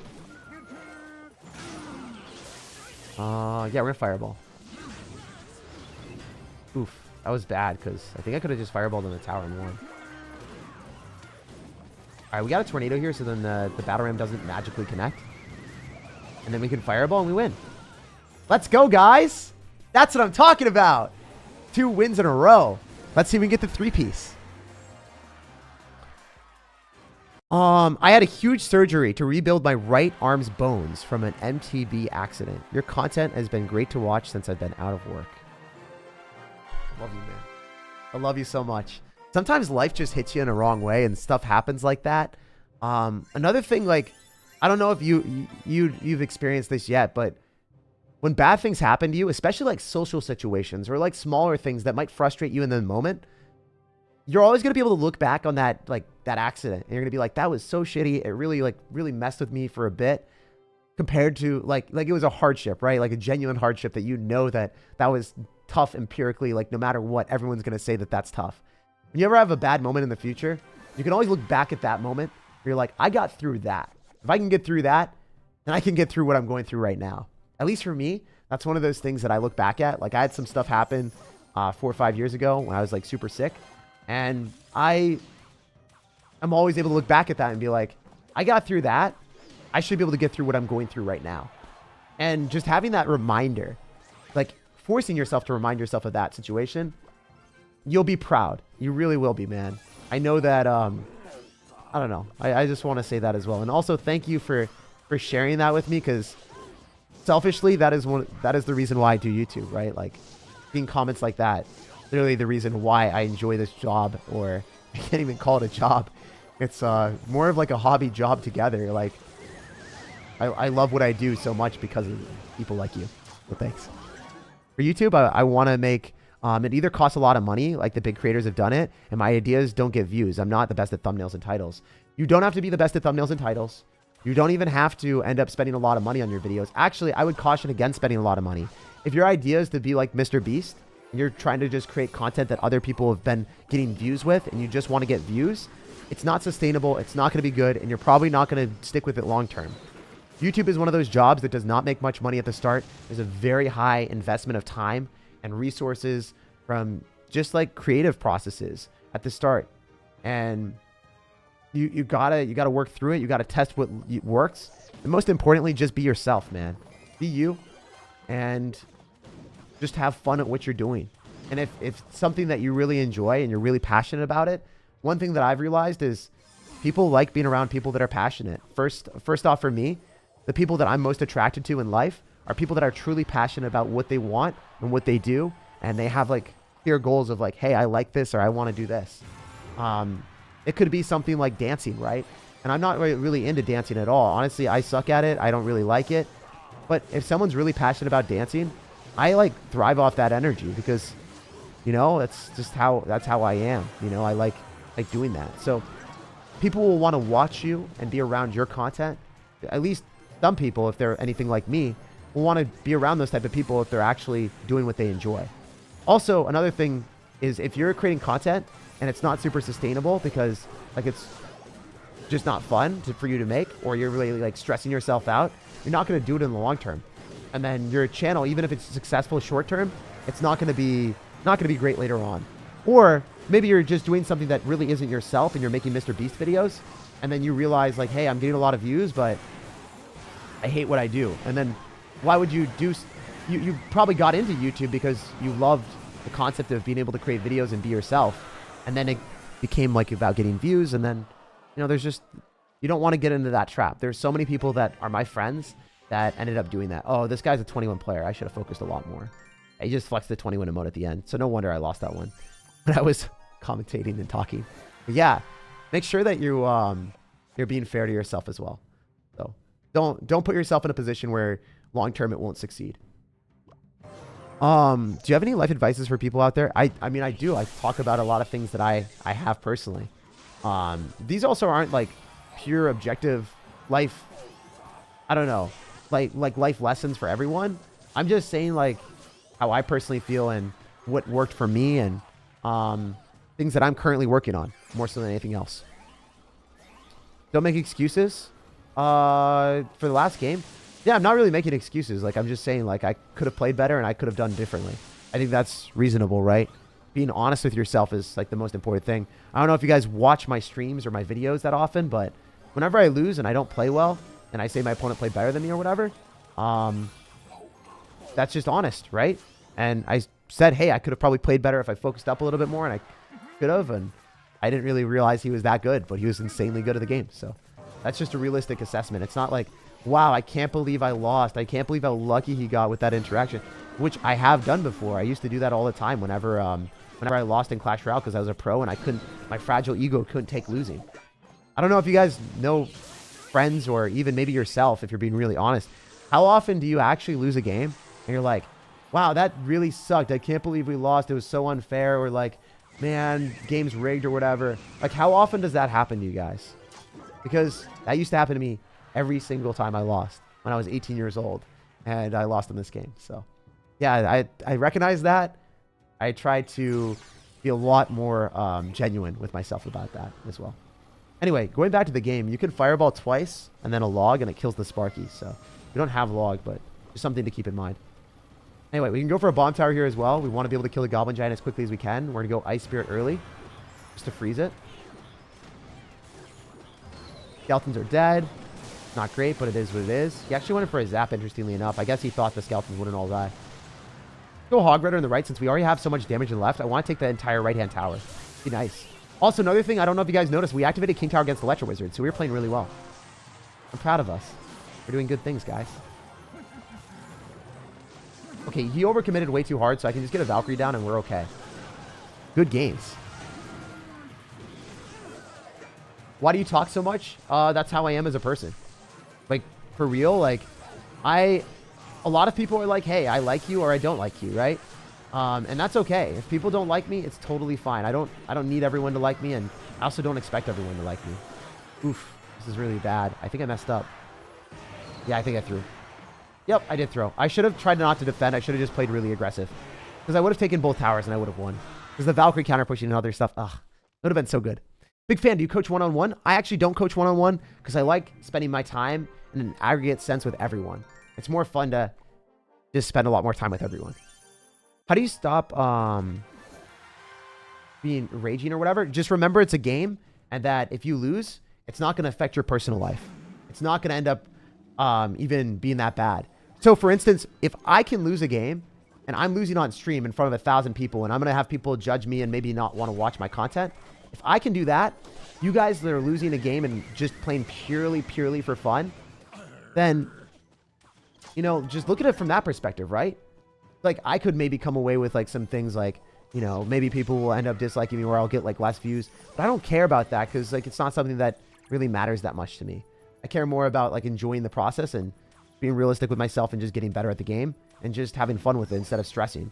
But yeah, if there's no stress for you besides just having fun and playing a video game for fun, you should never be frustrated about it. And if you are frustrated, take a break, collect yourself, and remember that, you know, if you're playing games and they're frustrating, you got to take breaks and really, like, play them for fun instead of grinding aimlessly and just getting really stressed.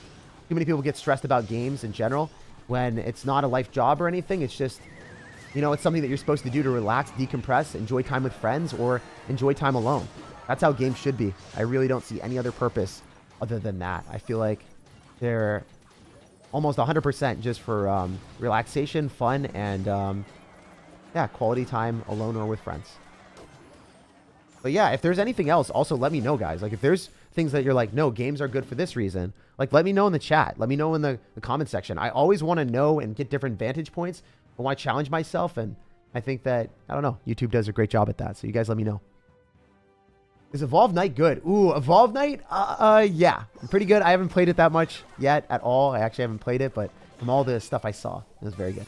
All right, so we're going to win 2 more games in a row, and then we're going to end the stream after that. We're going to win this game, and we're going to win the next one, and then we'll dip out. But yeah, let's go. Let's get this W, guys. We have 700 and 600 HP left on our tower. We've got an Executioner coming at us. By Fireball, we could kill the Executioner and do some damage to the tower. And also, the Magic Archer, I think, will end up getting some extra hits here as well with the Skeletons and Ice Spirit just tanking. Oh, that Magic Archer. Oh, look at that damage, guys. Damn. That's a lot of damage. Oh, that's not good. All right, well, I think we can do this and then go for a really high bomb tower so then the Skeleton Barrel pops on that. And then when the P.E.K.K.A is going to be really high up, we should be okay. I think the bomb tower splashes on his units. And then we can go Ice Spirit to pull back the P.E.K.K.A. And we can go in for a Tornado here just to kill the bats. We want to get a Valkyrie down on the Firecracker. Then we can get Skeletons down as well. Definitely want to go for a really high bomb tower to go and pull back the Skeleton Barrel. Looking really good, guys. Oh, man. This game is going well. I think we can go for a Hog Rider here and have the bomb tower protect the Hog. Can we get a W? Wait, is it so fat that it... I think the bomb tower is so thick that we weren't able to, like, have the alignment that we wanted. But maybe the Magic Archer can give us one hit. No, it went on the Executioner instead of the P.E.K.K.A, even though the P.E.K.K.A looked like it was in front. Dang it. Anyway, we do walk with a win, though. That's a vibe. What's your favorite mode? Trophy Road or Path of Legends? Definitely Path of Legends because I'm an intrinsically more competitive person, but I try not to take the competitiveness too far. Okay, also, sometimes you have to fight against yourself and your competitive, like your edge. So for me, because I love tennis and I played in so many competitions when I was growing up, I really suck at tennis, by the way. But whenever I won a point in pickleball, like when we were playing against people much better than us in an advanced category, because like I played it for the first time ever, and I was actually seeing massive improvement for myself. It was really satisfying. When we won, I like wanted to say like, let's go. But I realized like, that is how you become an ass clown.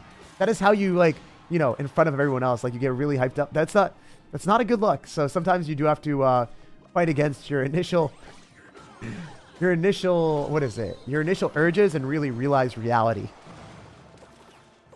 I can't believe I'm admitting that in front of a 1,000 people, but yeah, guys, I wanted to scream, let's go, because I won a game in a sports point. I was really hyped up. I had like the juices flowing. I was like, I won a point. I slid. I hit a ball like around the, like on the other side of the court. I hit like a really good shot and I was so happy. But I remember like, you know, everyone's just kind of playing for fun and I don't want to be like an ass and just like be that one dude that's like not in a competitive pickleball tournament, but like in a casual, more fun environment with good players. But it just, you don't want to do that. You don't want to be that dude that ends up just doing that. So sometimes you got to fight against your initial urges, be a better version of yourself, and like ingrain, I don't know, ingrain change in your brain where you want to do something or your natural instinct is to do something, but you know you shouldn't, so you don't do it. So yeah, it's not like you always get to do whatever you want. I think having self-discipline is so necessary in life to become a better person. You got to have self-discipline to initiate change. And also just, like, be good. All right, last game. Let's do one more. Because that last one was pretty easy. That one didn't count. Your tips help a lot. Thanks, man. What card do you think needs a buff? I think that... Well, the issue is, like, there's a lot of cards like Wizard that need buffs. But Wizard, if you do buff it, then it's just going to be really bad for mid-ladder. Because everyone has it over-leveled. And it's not fun to play into if the Wizard one-shots every single card that you have with splash damage and attacks pretty fast. right? So there's a huge problem when you over-level Elite Barbarians or over-level Wizards or over-level cards like that are problematic at mid-ladder. So personally, I don't know. I'm not 100% sure what needs a buff and what needs a nerf right now. I would have to think about it a little bit more. I'm not really like, I haven't thought about it in a while, so I don't want to give you a bad answer on that end. I don't want to give you something that I feel like just randomly comes into my head and pops into it. I would say like Barb Hut is a terrible card, or like Spawners are really awful. Like Spear Goblin Hut became really bad. They probably deserve buffs, but at the same time, they're bad for the game, so I would never want to see them get buffed. Also, Expo is really bad in this meta, but I would never want to see it get buffed because I think it's bad for the game because it prolongs it, fights on your opponent's side of the map. Personally, I don't vibe with that. You guys let me know down below in the comment section, what cards do you think need a buff and why? And it can be from different standpoints. You'd be like, the card isn't strong, that's why it needs a buff. Or you'd be like, you know, this card is actually not that strong, but it's really annoying to play and it ruins the gameplay experience. So I would actually nerf it. I don't know. I'm interested to hear what you guys think. Maybe Giant Skeleton. Giant Skeleton needs a buff? No, Giant Skeleton's a great card. I think that, well, I'd be interested to hear why you think so, but yeah, I think that Giant Skeleton is definitely one of the better cards in the game. Like by far. It has great defense, great offense, great counter pressure. It also forces out more elixir from the opponent because they'll freak out and not know if it's going to like get near the tower. There's a ton of good reasons to run it. Also, unfortunately, the Battle Ram connected, so I need to win this, guys. We need our comeback. This is our moment. Let's make it happen. No mediocre. Okay, wait. Let me show you guys a cool tip. If you didn't know, you can fully counter a bandit with a Hog Rider. Sure, some of you guys know this already, but just in case for people that didn't know, you can just pull it to the other side, and even if the bandit's at full HP, you can still make that happen. All right, we're going to Magic Archer in the back. We're going to get a better elixir trade here with Skeletons and Ice Spirit. We've activated King Tower, so we're chilling. All right, let's go for our Skeletons and Ice Spirit. Reason why I'm going to go Ice Spirit here, too, is because I want the Skeletons to stay alive a little bit longer, so then they can do more damage, and if we mess that up, then obviously we won't get that opportunity. We're going to Fireball here, and go for a Hog Rider, and then I don't know. I think this is a pretty good spot to be in. We can go for a Valkyrie. We can go Skeletons because we know he doesn't end up having the right card cycle. That's not going to hit the bandit. I think I'm dead. Yeah, the bandit ended up finessing me really, really hard. Unless we can Tornado. I don't think he's going to click the... Oh, he did click the ability. I'm surprised that he did that. Wait, does he have a big spell or no? I don't know, guys. Wait. Target? No, it was actually kind of funny and close, but didn't work out. GG. We'll jump on to the next one. We'll win one more. I feel like it's hard to make content on games that have been out for a while. There's so many content creators to compete with in such a popular game. Yeah, that happens, but you can create content on that game as like a learning process, right? As I said before, I advised you to not create content full time and just like go hardcore at the very start. You can use that as a stepping stone. So for instance, Kairos played Clash Royale for a while when it was older and he wasn't very successful. Kairos time now like switched to Brawl Stars and he was amazingly successful. Do what you enjoy until you find a game that you also like, that also might present you an opportunity to grow. And that'll be my best advice. I mean, you can still grow with Clash Royale for sure. Is it going to be harder? 100%. But that's one of those things, man, that you don't have to like care that much about being successful right now. That's what it seems like your main goal is. Obviously, you would want to know that you would be successful in the long term and that you're not wasting time from that perspective. But if you truly love YouTube, as I said before, people will want to watch you and you'll get really good at content because you'll always be striving for improvement. Right now, you don't want to think about like getting views or anything like that because that's just secondary to building a good core and making sure you really like the job. All right, we're going to be able to go in for a Fireball here. But yeah, you can always switch to different games. It's not like you're locked into a game forever, right? You can switch to more Supercell games like Kairos and other people. That's what they did. That's what Lex too, right? All those guys, they switched games back and forth and found games they liked. Like Powerbang, for instance. He did Clash of Clans. He was really successful. And then he's like, you know what? I'm going to find something else I like. He liked PUBG Mobile. And then he started playing that. And he had like an Amazon documentary about him, right? Like this guy like popped off. And he was also older, right? Powerbang was like in his 30s or something. Lex is like older than that. And then all these guys found their groove and they found things that were happening. Obviously, it's way harder to be like recognized and become a bigger YouTuber when you're older and stuff. It's harder to be in more competitive games like Supercell games, but it's all possible. You just need to find out if it's something that you're willing to do and that you're capable of doing. And yeah, that's just, you got to like learn more about yourself and not try to force things as much. At least for stuff like that. All right, we can go Ice Spirit. And we're probably not going to end up getting 3-crowned by him. But I also don't know if I can 3-crown him. So that's a problem. So I think with this deck, you can't necessarily 3-crown because you don't have that destructive firepower. And you need to be able to take towers in one push. So we want to win in a 2-1 situation. It was really bad for us because now I don't think we're going to be able to have that happen. Oof. I want to win this so bad. This is going to be so hard. All right, let's try this and just go. Let's full send, baby. Let's full send, baby. I'm going to fireball and hopefully we can hit something else. We hit the bats. That's not enough, though. The Hog Rider's still not going to be able to take it. The Hog Rider's still not going to be able to take it, guys. Yo, I lose. Yeah, he's just going to be able to do too much. There's no way. Unless...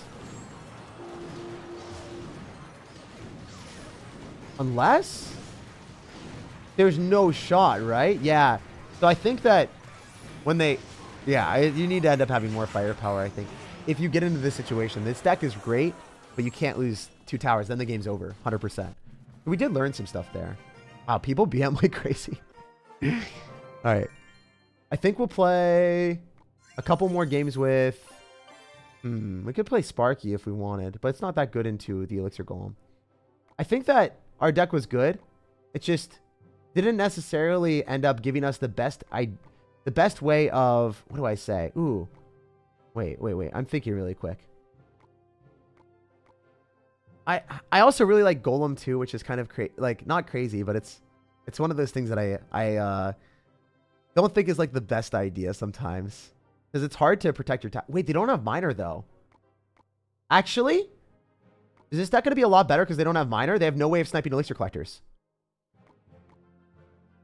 Wait. I didn't think of that because there's no miner. There's no miner. They can't kill the elixir collector.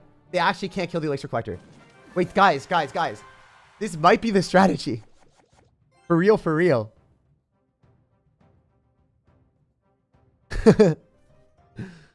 That sounds pretty crazy.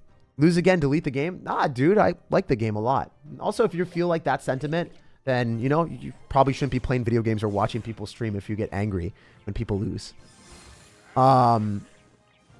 Would you say that people were too old to play video games as they grow up? So how do you deal with that? You can do video games for fun, right? If you're doing video games and it's really hurting your life prospects and you're spending too much time on them and it's not being beneficial for your development in personal or career growth and you're wasting too much time, then it's bad, right? But if you're doing it in moderation and you're loving games, no one should ever be able to say you shouldn't be able to play video games. Those people, they don't know what they're talking about, right? Video games are definitely a healthy escape if you do it in the right way. And it's also just fun, right? If you're enjoying life, who is anyone else to say stop enjoying it? I think those people really, they need to reevaluate what they're saying. Anyway, getting back to the game, we're in a pretty good spot, actually. Even if we lose our tower to the Ice Wizard, it's not that big of a deal. We can start up a big golem push, or we could go in for another elixir collector. But it's nice to be able to go in for this and realize that, you know, it's really funny that I can guarantee a tower with a golem push, for sure, when we're playing against other golem players. And then no one can deal with my elixir collector. There isn't a single card besides a fireball or a rocket. And because of that, I can play a little bit more liberally on offense. I don't know. I do vibe with that. Oh, he's got lightning. Well, that kind of sucks, actually. This might be an L. Huh. He does have mini P.E.K.K.A and lightning, so that is definitely problematic. We'll see if we can make this happen, though. Tornado, finish that off. Skeleton Dragon's popping off. Wait, can the Skeleton Dragons just take the entire tower? That was really close. That was kind of cool. Not having the cap. I also wish I had the Evo Barbs here because I think this deck would be so broken then. I forgot to put in the Elite Barbarians instead. Oh, this guy's messed up. Yeah, he's dead. He can't do that. Nope, that's not going to work. Nope.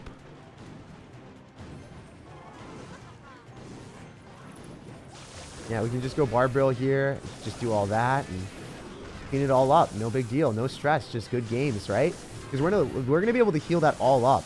And it's just that there's not going to be enough tower damage. You really have to build up massive pushes if you want to make that happen.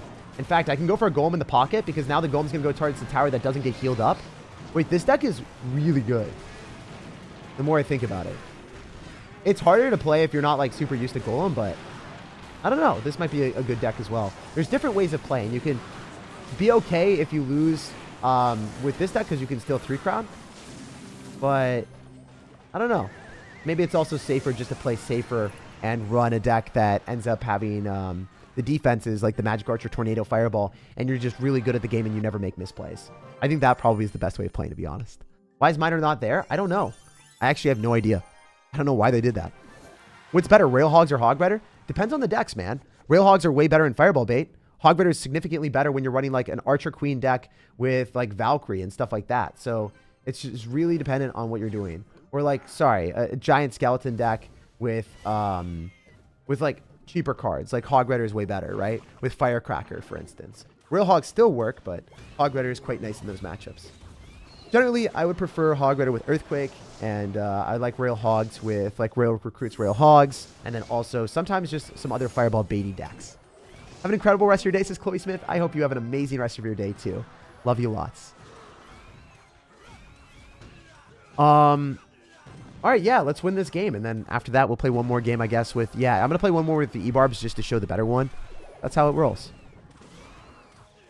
How do you deal with hate, not just from YouTube, but from other things? To be honest, I actually don't accept hate in real life. If people don't like me or whatever, then I just, I don't spend time around them. On YouTube, sometimes I get hate, but sometimes it's coming from like sometimes I do things that are wrong, right? Like sometimes I'll have like an emotional response when I was younger. And I said things or did things that were wrong. And it was deserved, right? And then you learn from it, and you get better as a person, and you grow. When it's actual just misguided hate, and they're like, I hate his voice, I hate the way he looks or something, then I don't let that bother me because, that's just people being upset and they're projecting. So it's really dependent on the situation, I would say. Also, we are not having a good game in this game. Sheesh, this guy really did have Monk with Fireball and a lot of other stuff with Royal Giant. I do think his deck is also quite good. Maybe we can still make one more good push. Like, hypothetically, we go Barbarians here. We kill his RG. Then the Barbarians force out Elixir. Maybe a Bomb Tower for lucky. We go in for a Golem, and we all in. That's the strategy. We want to take the right-hand tower, so we defend the right-hand tower, so we can't spam that much there. And then after we take the right-hand tower, then I can start to roll and try to spam units in the middle. Hopefully this works out. I guess we'll have to wait and see. I do have Tornado, so I can pull his Royal Giant off of this and go onto the 3-crown with that. I want to save my Tornado if possible. Lumberjack is always a good strat. And we can go in for the Electro Dragon as well, and we'll see if he fireballs. Try to space out our Skeleton Dragons here. Usually I would E-Barbs on the other side, but I don't have that luxury anymore. So I guess I'm going to go for regular Barbarians. And then we could go Golem at the river again. Yeah, this guy played really, really well. I like this deck a lot. I think his deck might even be better since it is way more defensive. Yeah, I don't know. Maybe his deck is better because it has because he ended up having like a lot of defensive cards, and they're also a lot of offense. Yeah, he's got offense with the RG2. He's got the Monk to body block. Like, I don't know. I do like his deck, and he even has a Fireball to break through buildings. So guys, I think I'm going to steal a deck from a top 400 player. GG and well played. He did come up with something much better than me for this game mode. This deck was actually way better on his end. It also definitely is able to beat a lot of people that are running Elixir Golem because he has Fireball and he's got Electro Wizard, so it's a really smart deck. So just hats off to him, even if he BMs or whatever, it doesn't really matter. He built a better deck than me. This is the best deck that I found so far today, or at least the best deck that I can feel at. I feel is like the best. What's a good deck for the new Evolution Knight? Graveyard or like Log Bait would be really good with it. I'll have videos on it when I experience it a little bit more. I don't have too much advice on it yet because I haven't played it myself, so I don't want to give you a bad idea. Subscribe, keep up the great videos. Thank you, man. Yeah, if you guys are enjoying the streams and you're enjoying the videos, subscribe to get daily notifications on the videos and the streams. I do put out daily content every single day. Swarm counters the Evo Knight. Oh, yeah, that too. That's going to hit my tower. It's fine, though. Let's just go for our RG at the river. All right, so we should be able to take tower here, I think. It's nice to have Fireball, too, because look at this. We'll be able to blast this tower down and then also kill his Mother Witch and even apply even more pressure. It's nice because we can drop a Royal Giant in the middle, too. I don't know. I just really do like this stack. Activate King Tower. It doesn't necessarily matter that much, but it does work. Hey, buddy, how are you? I'm doing really well, man. Thanks for asking. Yeah, I think that when he decides to go in, we're just going to go Barbrill. We're going to be able to hit both the wall breakers. And then... I don't know. I thought wall breakers would be super good in this challenge, but now I realize they're like not. What do we do? Do we decide to go for a monk in the back? I could go monk in the back on the same side on the right-hand side. We could also go monk in the left. There's a lot of different things I could do. I think I'm just going to monk in the right to then try to build up a big push with the Royal Giant. If you click the monk ability and your opponent's got bomb tower, it's super fun. Oh, we can just go for an Electro Wizard here, reset it, so then it targets the E-Wiz instead of my, instead of that. So that's huge. All right, we can do this and then click the monk ability. Monk ability is going to be massive. No, it didn't come down. Oh, I just wasted so much elixir right into a mini P.E.K.K.A. Tragic. Tragic, man. All right, we're going to sack all that, and we're going to go Barbro, and I think we're going to be okay. Maybe not. Maybe so. I don't know. Woo! We're back!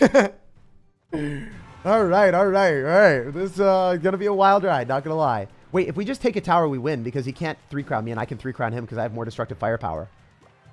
Wait. All we need to do is take this tower on the right. That's it. That's all I care about, because he's not going to be able to 3-crown me. He doesn't have the ability to. All right, let's make this happen, boys and girls. All right, we're going to monk here. We'll sack it.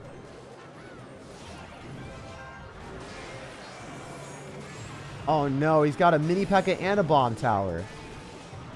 What? Clash Royale. Everyone's running super defensive decks in this because the tower HP is so low. I just realized that. And then I guess if he loses a tower, he just loses, right? That's also a great deck. Man, the people that we're playing against are just like playing really, really well. It's all good though. Let's win. Yeah. Let's win the next game. Let's win the next game. Also, just to be honest with you guys, I haven't played as much Clash as normal recently. But these guys are decent at the game, right? Ultimate champion. Probably should have beat him, but also a top 400 player here. So, you know. Definitely games I should have won, but it is what it is. Best wishes from Wales. Thanks, man. Thank you so much. Does everyone, I just give my boy, no one does. Not that often, man. All right, let's go. Let's go. I was Mega Case. Sorry for the BM. GG's though. Yeah, no problem, man. GG and well played. You played really well. You're a great player. And thank you for the deck, by the way. Just win. I know. Just win. The best strategy. The only strategy. Also, I don't know if you guys know this about me, but like I'm pretty driven as a person. Like I'm very motivated to accomplish things. So sometimes I get like hooked on a goal or something, right? And maybe that's not like the best idea because then I just only look at that one goal and that's it. So that's one thing that I noticed recently that I've been trying to switch away from. So if it's just win, it's going to be like, no, just improve and try to figure things out a little bit more than just trying to figure out the end result. Because the end result as well doesn't make you very happy if you aren't able to accomplish it. But if you're like, just try your hardest and just try to learn, that's something that I can feasibly accomplish at all points in time. I can't just win, right? That's another thing, I guess, that I've been working on for a while. But I think it resonated even at a deeper level for me when I was like, wait, it's not just in Clash Royale, it's in life too, you know? Like, sometimes you gotta really understand that. There's no miner available? Yeah, I thought Elixir Collector would be really good because of that, but I don't know. Maybe 3 Musketeers would work. 3 Musketeers might be great. Wait. I want to try 3 Musketeers before we go, guys. That's the last deck I want to try. Reason is, everyone's running Elixir Golem, everyone's running beatdown pushes, or they're running, like, super really defensive decks, and they can't kill my Elixir Collector. That might be really funny. And then, obviously, 3 Musketeers has the power to 3-crown. The Lava Balloon is kind of annoying, but it is what it is. We go for a Monk here in front of the Electro Wizard. I forget his card cycle, too, which is definitely a problem, but also is what it is. The Monk isn't going to do enough damage. Oh, he's going to give me Fireball value. I'm surprised he gave me that. Getting a lot of the Barbarians and damage there is nice. Skeleton Dragon will hit my tower. Kind of impossible for us to stop that. We can just Electro Wizard on the Inferno Dragon if we need to. Yeah, I'm just going to do that. Guarantee we win that interaction. Very cool. Arrows comes down. Totally fine. We can go for a Monk here to body block and reflect or take all the damage. We've got Fireball in cycle 2, so that's a big win.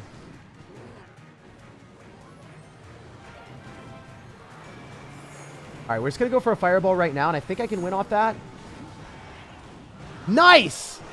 Let's go! I sensed it. That was a W. That's what we like to see, baby. Sometimes those wins are just so satisfying when they work. Your advice is great. I have a lot of other hobbies, idea in life, and YouTube is one of the paths I wouldn't mind going down. Even if YouTube is just a side hobby, it'd still be nice to have in your community. Yeah, just find a reason that resonates with you. For me, it's the community. Maybe you just like really playing the specific game, or maybe you're like vlogging and you're like, wait, I want to have an entire chronicle of videos that I can look back at no matter what and be like, I did these. You got to find reasons that resonate with you. It doesn't have to be my reason. Like, for real, don't copy just my stuff, because if that's not something that you really like or vibe with, then it won't be sustainable. You got to find, and if it does work with you, I love that and I'm happy for you. But yeah, just always try to find things that really resonate with you and things that give you a purpose. All right. But yeah, these guys played really well. I liked both their decks. If you guys want to copy either of them, they're phenomenal. This deck that we just played was really, really, really cool. But I don't know. I think like Three Musketeers can't be bad. We'll try out one Three Musketeer deck really, really quick, okay? With Elixir Collector, because there is no Miner. If they've got Miner plus Fireball, then it's generally a pretty bad matchup for Three Musketeer players. But if they don't have that, then it's just really difficult. Like insanely difficult.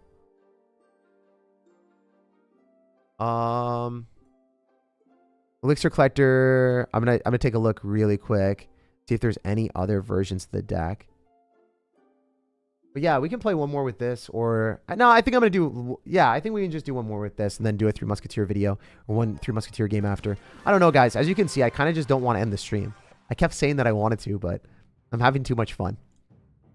I don't know. That's part of the thing. Like, I look forward. I wake up to wanting to create content. I wake up wanting to do YouTube every day, and it's nice to have the freedom to be able to do that and do what you really want in life. So thank you guys for supporting me and letting me do this. By the way, it's still crazy. I keep looking at the count. I'm like, dude, there's so many people still watching. There's so many people wanting to be here. It's really nice. Imagine Recruit Evo delivery in the whole lane. Yeah, that'd be pretty cool. I mean, it's fun to be able to like really maximize your spam with one specific card and see what you can accomplish. So again, this deck, really defensive. It's a pretty good deck. We gotta go Bomb Tower here so then we can go and pull the balloon. Could be a pretty easy defense from that standpoint. And then we got a Fireball on the Monk. All right, we're cool. That was a great defense. Oh, you know what? Spawners ain't bad. Because if you let one spawner lock on in a regular game, it's okay. But any little bit of damage in this game mode, oh man. Spawners are great too.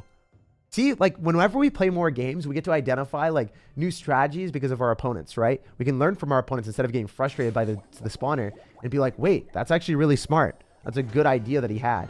Obviously, if you're playing regular game modes, it's easier to get more frustrated because it's like they weren't being innovative. They kind of just randomly ran a deck that other people did, and then maybe they're running something more frustrating. But the way I like to position myself or posture myself when I play these special game modes is if I play against something that's frustrating or does a lot of damage, I'll be like, that's something that's innovative that my opponent created, and that's kind of cool. And we can maybe learn from that. Or try to adapt and try to problem solve and figure out a way to beat it in the future. I don't know. That's the way that I've been trying to think of things. Tornado. So then maybe the Monk pushes. Yeah, the Monk's going to push the Royal Giant forward. Let's go! Wasn't that smart, guys? Yo, tell me that was smart, guys, please. That was it. That was smart, guys. 100%. We did it. That's such a vibe. All right, so I'm gonna sack the tower here. I think Monk with Balloon is also quite good because it guarantees tower pretty much. What a good deck from our opponent. And he's played pretty well. Got Skeleton Army, so we'll Barbarrel here. And then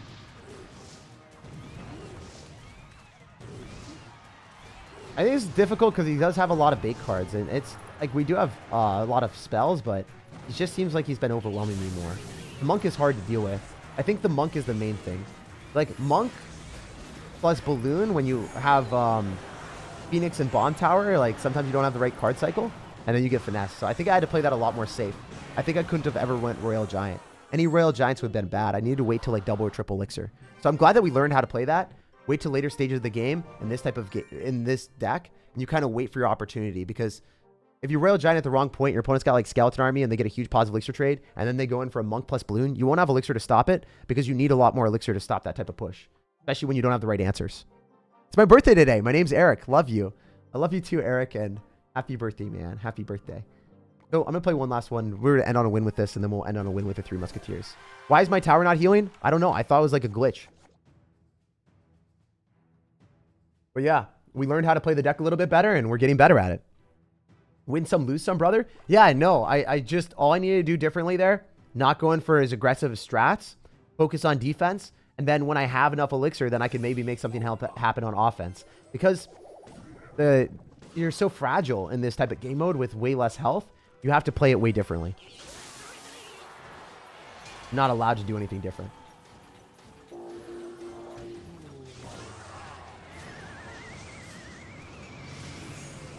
All right, that's pretty cool. I think we can just do this and then finish everything off and get counter push, right? So the thing is, even getting counter push with cards that aren't necessarily meant to take tower, if they just get chip damage, that might be enough to take tower since the tower healths are so low. Really remarkable. You also have to be ideally understanding the elixir count that your opponent's at, because if you overcommit once and you spam elixir at the wrong point, it might be impossible for you to come back. I'm going to Royal Giant here. I don't think he's going to be able to afford the P.E.K.K.A. immediately, so good for us, and we can Barbaro afterward. All right, so we're going to Barbaro here. We're going to be able to go and pull back his Mega Minion.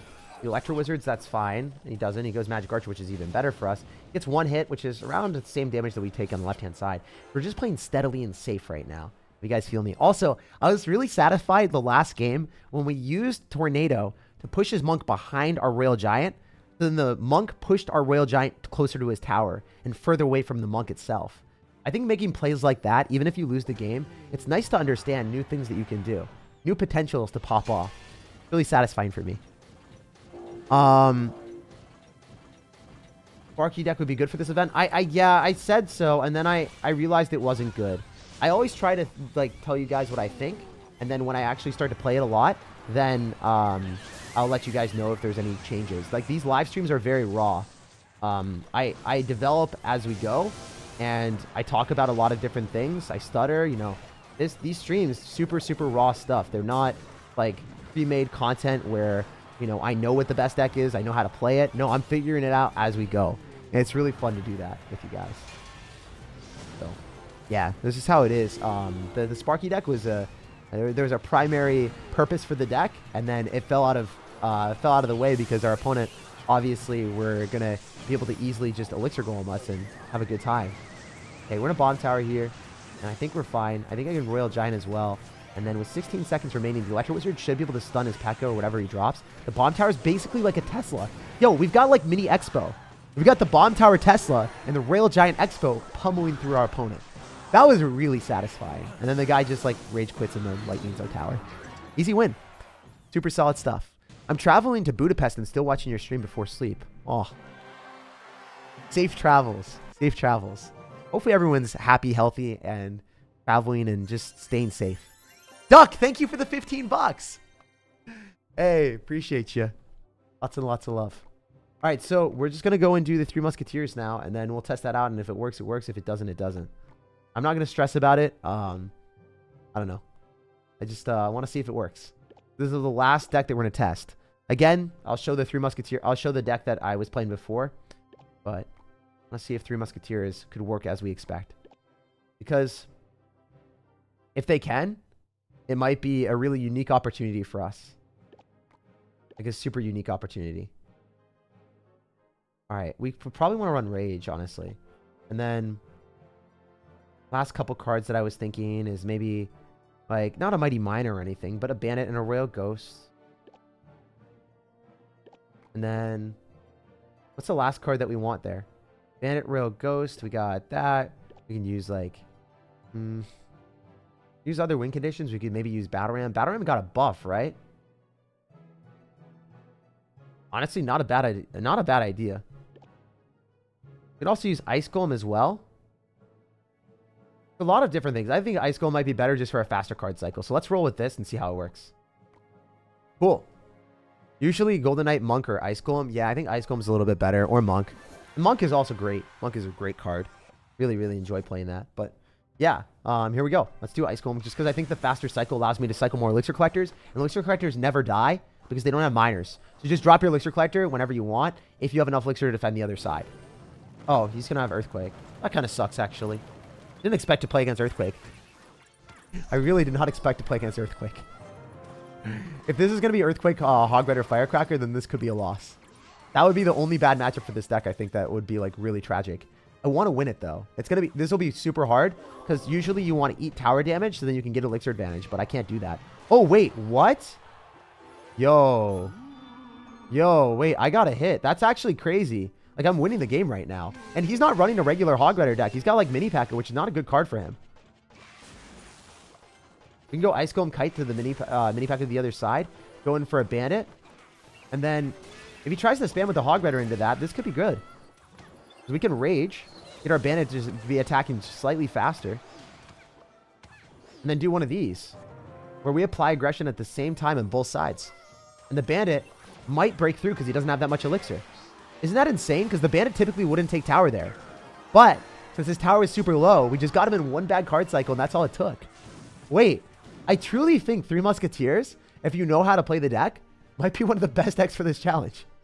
Because you also have the firepower to 3 crown. So all I need to do for my win condition in this game is to take the right-hand tower. If I take the right-hand tower, and even if I don't 3 crown, that's all that matters. It does not matter if I don't 3 crown. Because he can't 3 crown me, so I will 3 crown him in the end. If that makes sense. Because he's running a cycle deck. So my win condition right now, have the firepower to take 2 towers. That's it. That's all we need. The Rage, though. Dude, the Bandit. Oh my gosh. Bandit is so broken at low amounts of Elixir. I love it. I hope he goes Hog Rider in the right. Yeah, that's pretty smart of him. Let's just go Ghost. He Earthquaked. Dude, he Earthquaked. He wasted it. All right, let's go Bandit again. Let's Rage, so then the Ghost stays alive. Oh my goodness. Okay, those E-Barbs are dead, but... Bandit, though. Oh my gosh. Seriously insane stuff. All right, let's split 2 on the left so then he can't go in, and then we can maybe even go for the 3 crown if we really feel like it.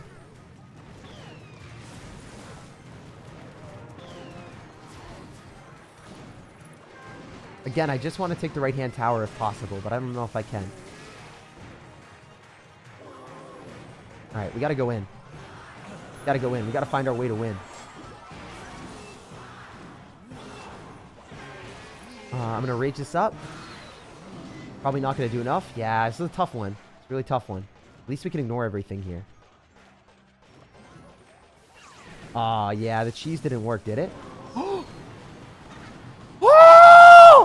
Oh! He wasn't ready! He cycled the mini pack and didn't have enough tankage. Musketeers just piled through. Oh man, that was awesome. I gotta do that one more time. We gotta play against one deck that doesn't hard counter us. That was awesome. Do you get mad if people are mean to you? I get sad, but I try not to be upset or angry with people. Because like if I'm angry with someone, then it's actually easier for me to let go. If someone's mean to me, then I just don't talk to them anymore because I know that they're not a nice person. If someone that I really care about is like, makes me sad or something, like, or does, I don't know. If that makes sense. Like, if someone I really care about says something that's hurtful or whatever, then it's hard, right? But if it's someone that I don't really care about and they're being mean to me, then... Sorry, if someone's being mean to me, generally I don't care about them because I don't really care about people that just, for whatever reason, randomly just say bad stuff, right? If someone says bad stuff, they're not worthy of my care or consideration. I don't really care if they say bad stuff or not. They can say whatever they want, really. However, if it's someone that I really respect and then they say something that makes me sad, that then I'm definitely affected by it. It depends, though. You guys should not really be affected by anyone unless it's like someone that you truly care about, really respect, and then they say some stuff that's bad. And then you got to consider, like, should I be respecting that person? Should I be caring about that person? It's a good safeguard for everyone. All right, let's keep playing. Sheesh.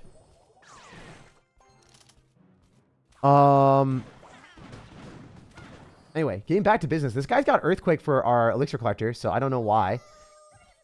It's kind of crazy to see people have Earthquake, because Earthquake doesn't do that much damage as well to towers, so it wouldn't make that much sense to be playing. All right, we can do this, and go for a Rage maybe. Figure that out. Yeah, look at the damage. Look at the value, guys. Musketeer putting in work.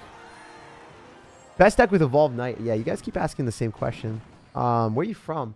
I'm from Boston, and then I moved from Boston to Seattle. Been a good time.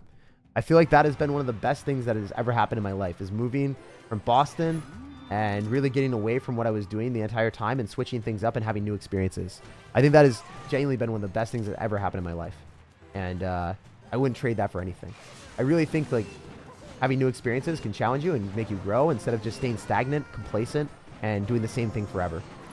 Like, I wasn't even comfortable driving that much before I moved to Seattle because I wasn't forced to, because in Boston I could just, you know, get around everywhere just by using public transportation. And then I started challenging myself a lot more and doing different things as well, because I realized, wait, I'm capable of doing whatever I want. As long as I put my mind to it, I can probably accomplish a lot more than I'm giving myself credit to. It's a good feeling, you know?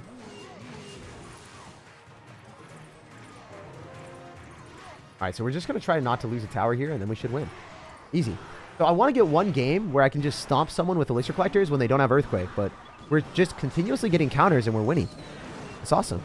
Last game ended on a win. Jake is just like us. I know. This is my personality. I always just want to keep playing. How is the move going? You mentioned that you were thinking about doing a video where you do us live. Oh, what do you mean? I haven't moved yet. I'm moving next month, I think. You play any instruments? No, I don't play any instruments at all. He's 26? Yes, sir. I'm 26. All right, let's go for a bandit in the back and see what's cooking. Guy's going to go in for skellies, so you guys know the deal. We got this. I believe. All right. So we just want one game where our opponents don't have Earthquake, so we can show you the true power of the deck. No, please don't do it to me. Run Fireball, please. Just run Fireball. Just do it. Just do it. Okay. This is really looking scary because I bet you he's going to Earthquake this. Do you guys think there's a chance that he doesn't have Earthquake? Is there a single shot? I don't know, man. I have no idea. Holy... Yes! This is the game that we wanted. This is what we end with. We're ending with a win here, and we're also going to beat a Fireball deck. Show you guys that we can cook. It's going to be a fun time. What's your favorite food? It always switches, man. I like Japanese barbecue. I like... a lot of pizzas, honestly. I also like sushi a lot. What else do I like? Oof. I like Haidi Lao. I love hot pot. It really depends, man. It changes quite often. Happy to see Fireball. That's rare. I mean, hey, dude, it's pretty fun to be able to eventually find a matchup that you're looking for, you know? We got another Fireball from him with the Musketeer that was raged up. Oh, man. That's awesome.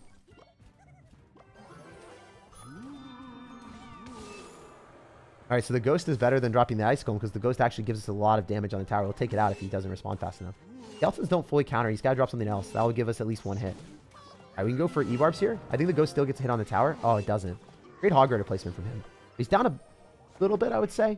Maybe I'm wrong. I'm going to try to get a Heal Spirit here so we can keep the Bandit alive a little bit longer. If possible, that'd be nice. Ah, didn't happen. I was hoping we will hit the Skeletons and then dash on the tower. Great play. You went in for a Hog Rider when I didn't have enough Elixir, so... I don't know if this is that smart for us, but... I hope it dies. Still gets another hit. Yeah, I might lose this one, guys. I guess Hog Rider does actually counter this a bit more when I don't have enough Elixir. When I can really break through, that's when we really make massive strides, but... You have a chance for one push here. One push, one opportunity. Go.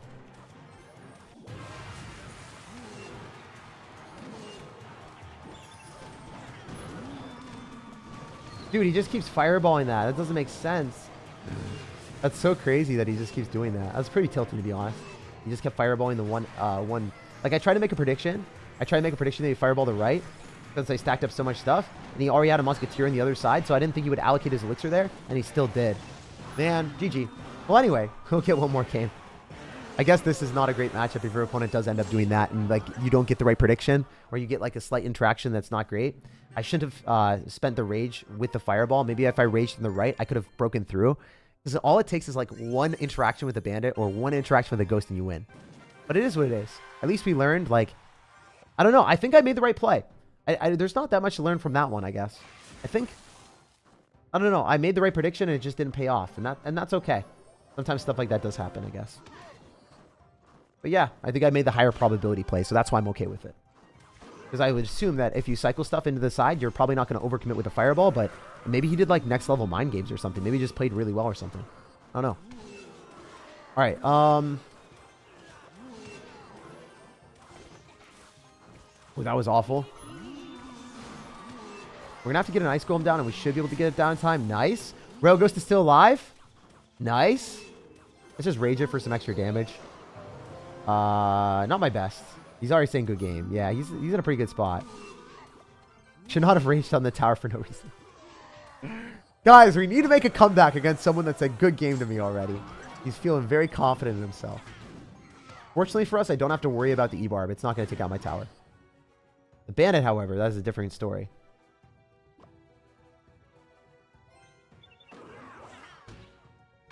Okay, we can ice golem and we're going to be fine. Wait, I don't even need to, do I? Yeah, I do. I need to pull back the barbarians. Let's go, guys. We have a huge elixir advantage right now. Got fireball, too. Okay. This is what we're looking for. This is kind of what we needed and wanted to see. This is definitely a strategy for us. We 3 musketeers in the back. We can't necessarily fireball them right now. We just want to make sure that we end up applying equal pressure on both sides when we're up elixir. Rail Ghost is not going to be enough for him. So, like, let's go bandit on the right. And then see what else we can do. Oh, I was trying to get a heal spirit down. It didn't work. Wow, that worked out super well from him. Wait, the bandit's still alive and the musketeer is too. Oh my gosh. Jeez, bro. I do think E-Barbs are great. E-Barbs are super strong in this game mode. Probably because matches would be too long. Yeah, playing with the Evolved Knight does make sense. He's going to fireball this for sure. Or he can kite it out. Yeah, here's the thing, guys. We're playing against a lot of people that are Ultimate Champion that are playing really well. This guy did not make any issues. He did not make any mistakes. He just played super well. Great player. He's just going to always use Battle Ram and then E-Barbs on defense and stuff like that. By 3 Musketeers, they're going to get fireballed. At least they give us some damage along the way, hopefully. Please? Come on now. Oof. What do we do? All right, I think we can go E-Barbs here and then Heal Spirit, and they're probably going to die because you just go Battle Ram Kite to the other side. I was kind of hoping that we could get a Rage down fast enough, but it didn't work out. GG and well played our opponent. He played extremely well, and yeah, we'll jump on to the next one. If anyone wants to see, yeah, don't do self-promotion here, man. Don't like promote websites and stuff. The event looks so fun with Healed Princess Towers. Such a shame they changed it. Yeah, I think that you know, it is what it is. Still like a life lesson. Still like something that like you never know what to expect when you read something. It might not be what you read. So it's definitely not what we read. Crown Towers have lower health points, and then they heal over time. I don't know. I feel like it should have been all towers for sure. 100%. Anyway, your Musketeers are pretty cool. His deck was also great, so let's check that out. I mean, this guy's a great player. He played super well. Smart strategy as well, so let's go and share that and copy that deck as well. It also has the potential to 3 crown, and it's got good defense. I don't know. I think this deck might be it. This deck might also be another option. So the best deck I still think is the one that we lost to from the 3 Musketeers. Sorry, from the Royal Giant player. The Royal Giant player was definitely the best deck. And then I would say this, probably second or third. And then I like the Royal Recruits a lot. And I like, I also kind of like the earlier control decks that we were running as well. There's a bunch of options. Basically, control decks, if you're good enough to only lose 1 tower, then you're fine. But if you lose 2 towers, you lose. Whereas this deck, you can lose and mess up a little bit more, and I think it's a bit more lenient. The poison plus log kills Archer Queen, so that's going to be a little bit annoying if he does have that. So for that reason, I think I'm going to go Battle Ram on the other side and then go for a Bandit. So then maybe we can get the log. Oh, Barbarrel doesn't kill. He has to, like, if I click the Archer Queen ability, the Archer Queen still stays alive. I just didn't feel like it was worth. So now since we know he's running a graveyard deck, I can do that reliably. Oh my gosh. Let's go. See, Bandit is so broken as well because all it needs is like that one connection. And we've got Fireball to finish off towers. Wait, I think this is definitely the best deck for the challenge. Guys, actually, I think this is a better deck for the challenge. Based off of the fact that you can fireball out towers, you can get damage with a variety of different things. You have good defensive options with, like, your Elite Barbarians, your Battle Ram to Kite. You also have, like, decent options with the fireball if things get sketchy. I don't know. I don't think that much is comparable at all. All right, we're going to go for a Bandit. We should be able to go and dash backward and then go for, like, an Archer Queen as well. Yeah, let's go for an Archer Queen, finish off the... Damn, I should have dropped the Archer Queen a little bit later so we fight on our side of the map. I'm going to click the ability. That was so worth. That was so nice. So it doesn't die now. Still stays alive, I think. We can go E-Barbs. We're going to face out the... We're going to force out the Barbarrel. He has to Barbarrel this. Or I guess Tornado. Wow, that was awful for him. That does not feel good. Down a lot of elixir right now. Wow. This deck is so good. And you know what? We might have lost a lot of games trying to find the right deck. We might have literally had a huge struggle along the way. Wait, can we not even 3-crown? Oh my gosh, like it's doing like negative damage. Holy heck. He only let us get the 3-crown because he wasn't going to play anymore. But the way I see it is like we might have lost a lot of games along the way. But we gained so much experience and found the better decks as we played. And I think it's important to be transparent with you guys and showcase the process. And that's part of the reason why I like these streams so much. The fact that we can find great decks, learn from our opponents, learn from mistakes, and then understand things at a different level. That's what I do for my videos. You guys just don't get to see the behind the scenes. This is the behind the scenes for the videos. This is literally how it is. I figure out the different decks. I learn how to play them. And I find the best decks so I don't show you guys decks that don't work very well. And that's how I always want the content to be for videos, because I want them to be short for everyone and I want to be proud of the content. For live streams, I don't know. I think it's okay to do stuff like this where we figure things out together and have more of an interactive process. All right, we're going to go for our E-Barbs here on the Musketeer, and we should be able to slot that soon. Even go in for like Battle Ram and then probably just spam super hard and see how this works. This game would have been a pretty good win if I played better. But I guess I didn't get the right card cycle or I messed up there. Still, I think that Hog Rider with Cannon is a bit annoying when you are running E-Barbs and stuff like that. But it's not the worst thing in the world. 2.6 can be tough. With most decks in general. Just because the defenses with Cannon, Musketeer, and stuff can clean up things really reliably. And I guess he can outcycle my E-Barbs. So then I don't have the best answer to the Hog Rider. Once the E-Barbs are out of cycle. Yeah, I guess every deck does kind of have some weaknesses. But I'm more accepting of this weaknesses, I think. I think that the deck, in an aggregate sense, is really good as long as you're not playing against 2.6. Great Fireball. That was really smart. He knew that I was going to click the ability to cross the Musketeer here. And then I wasn't able to anymore. Alright, Inferno Dragon plus this might be our best bet. I wonder if the Inferno Dragon can slime its way onto the tower. Let's Rage. He's not going to be able to Fireball this, right? Because he already used the Fireball earlier. That might take tower. Let's go! Hell yeah, guys. That's what I'm talking about. Constructive thought processes there paid off. I really was trying to figure out the way to win. And then I saved my E-Barbs because I knew that he was going to end up having a Hog Rider in cycle. And if I cycle my E-Barbs on top of the Musketeer, then I wouldn't have had a good answer to him at all. Alright, we're just going to wait for that to die and then we're going to ban it. Nice! The cannon's out of cycle. Wait. The Rail Ghost is on the tower. We can Rage to kill the skeletons. We can kill the what is it called? Kill the cannon. Where's Doobie Tough? Nice.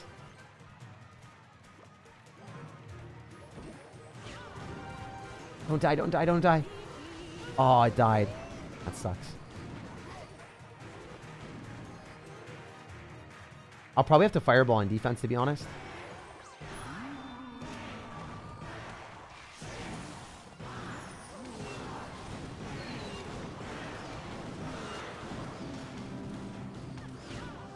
Yeah, it was such a close game. That guy actually played really, really well. Like, that was a tough match. I don't think that most people would be able to do what he did.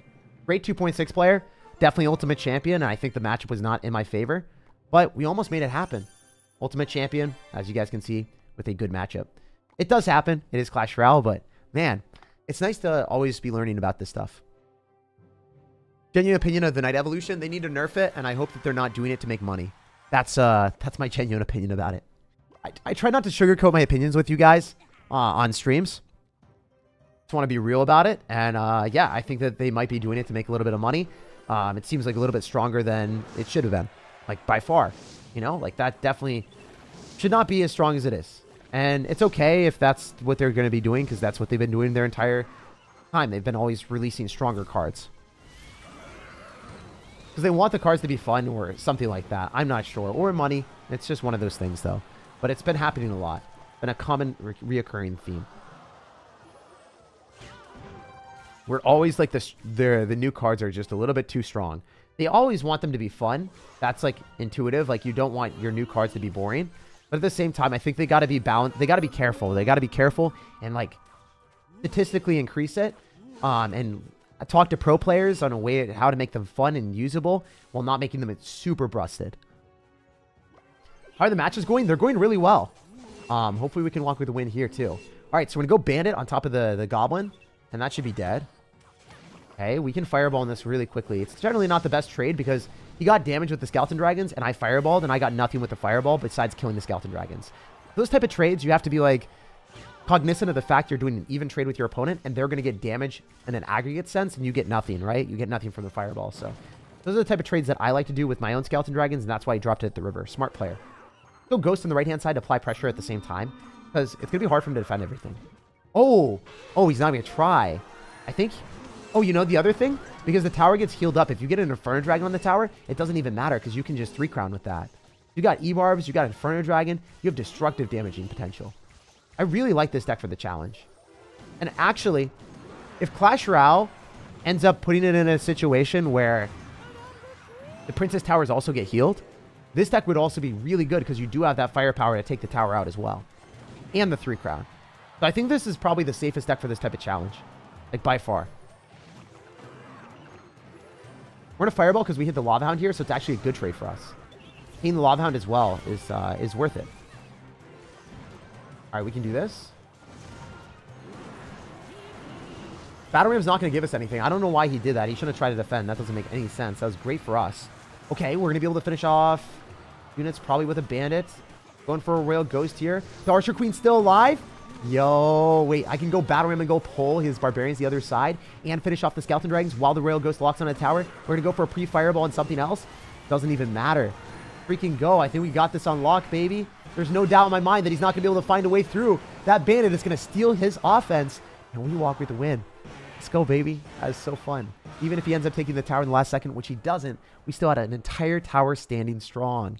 And for real, guys, I would really recommend this deck over everything else that we played today. We played for around 2 hours and 22 minutes and 20 seconds. Wow, that's awesome that it was just that exact moment. So like if you enjoyed, subscribe for more daily content, and just, you know, stay connected with me. Let me know down below in the comment section if you guys have any thoughts on anything that I covered today, whether it was gameplay related or just life related. I want to hear from you guys. I read every single comment. I don't get to respond to every single one, but I'll respond to as many as I possibly can in the next streams and also be thinking about things. You guys change me, you interact with me, and you make me happier. So I thank you guys a lot for that. I'll see you in the next one. There's going to be a lot more live streams in the future. Whenever there's an event or a challenge, I will be doing live streams. Other than that, there's just daily videos. So stay tuned for daily videos if you subscribe. Those are more like related to the gameplay aspect of the game and me just having fun after I mastered it. Today, as I said before, it's the raw, authentic experience of learning something new. And thanks for being on that journey with me. No matter when you're watching, no matter where you're watching, I hope you have a fantastic rest of your day, and I will see you guys in the next one. Peace, love, and positivity, and I'll see you guys then.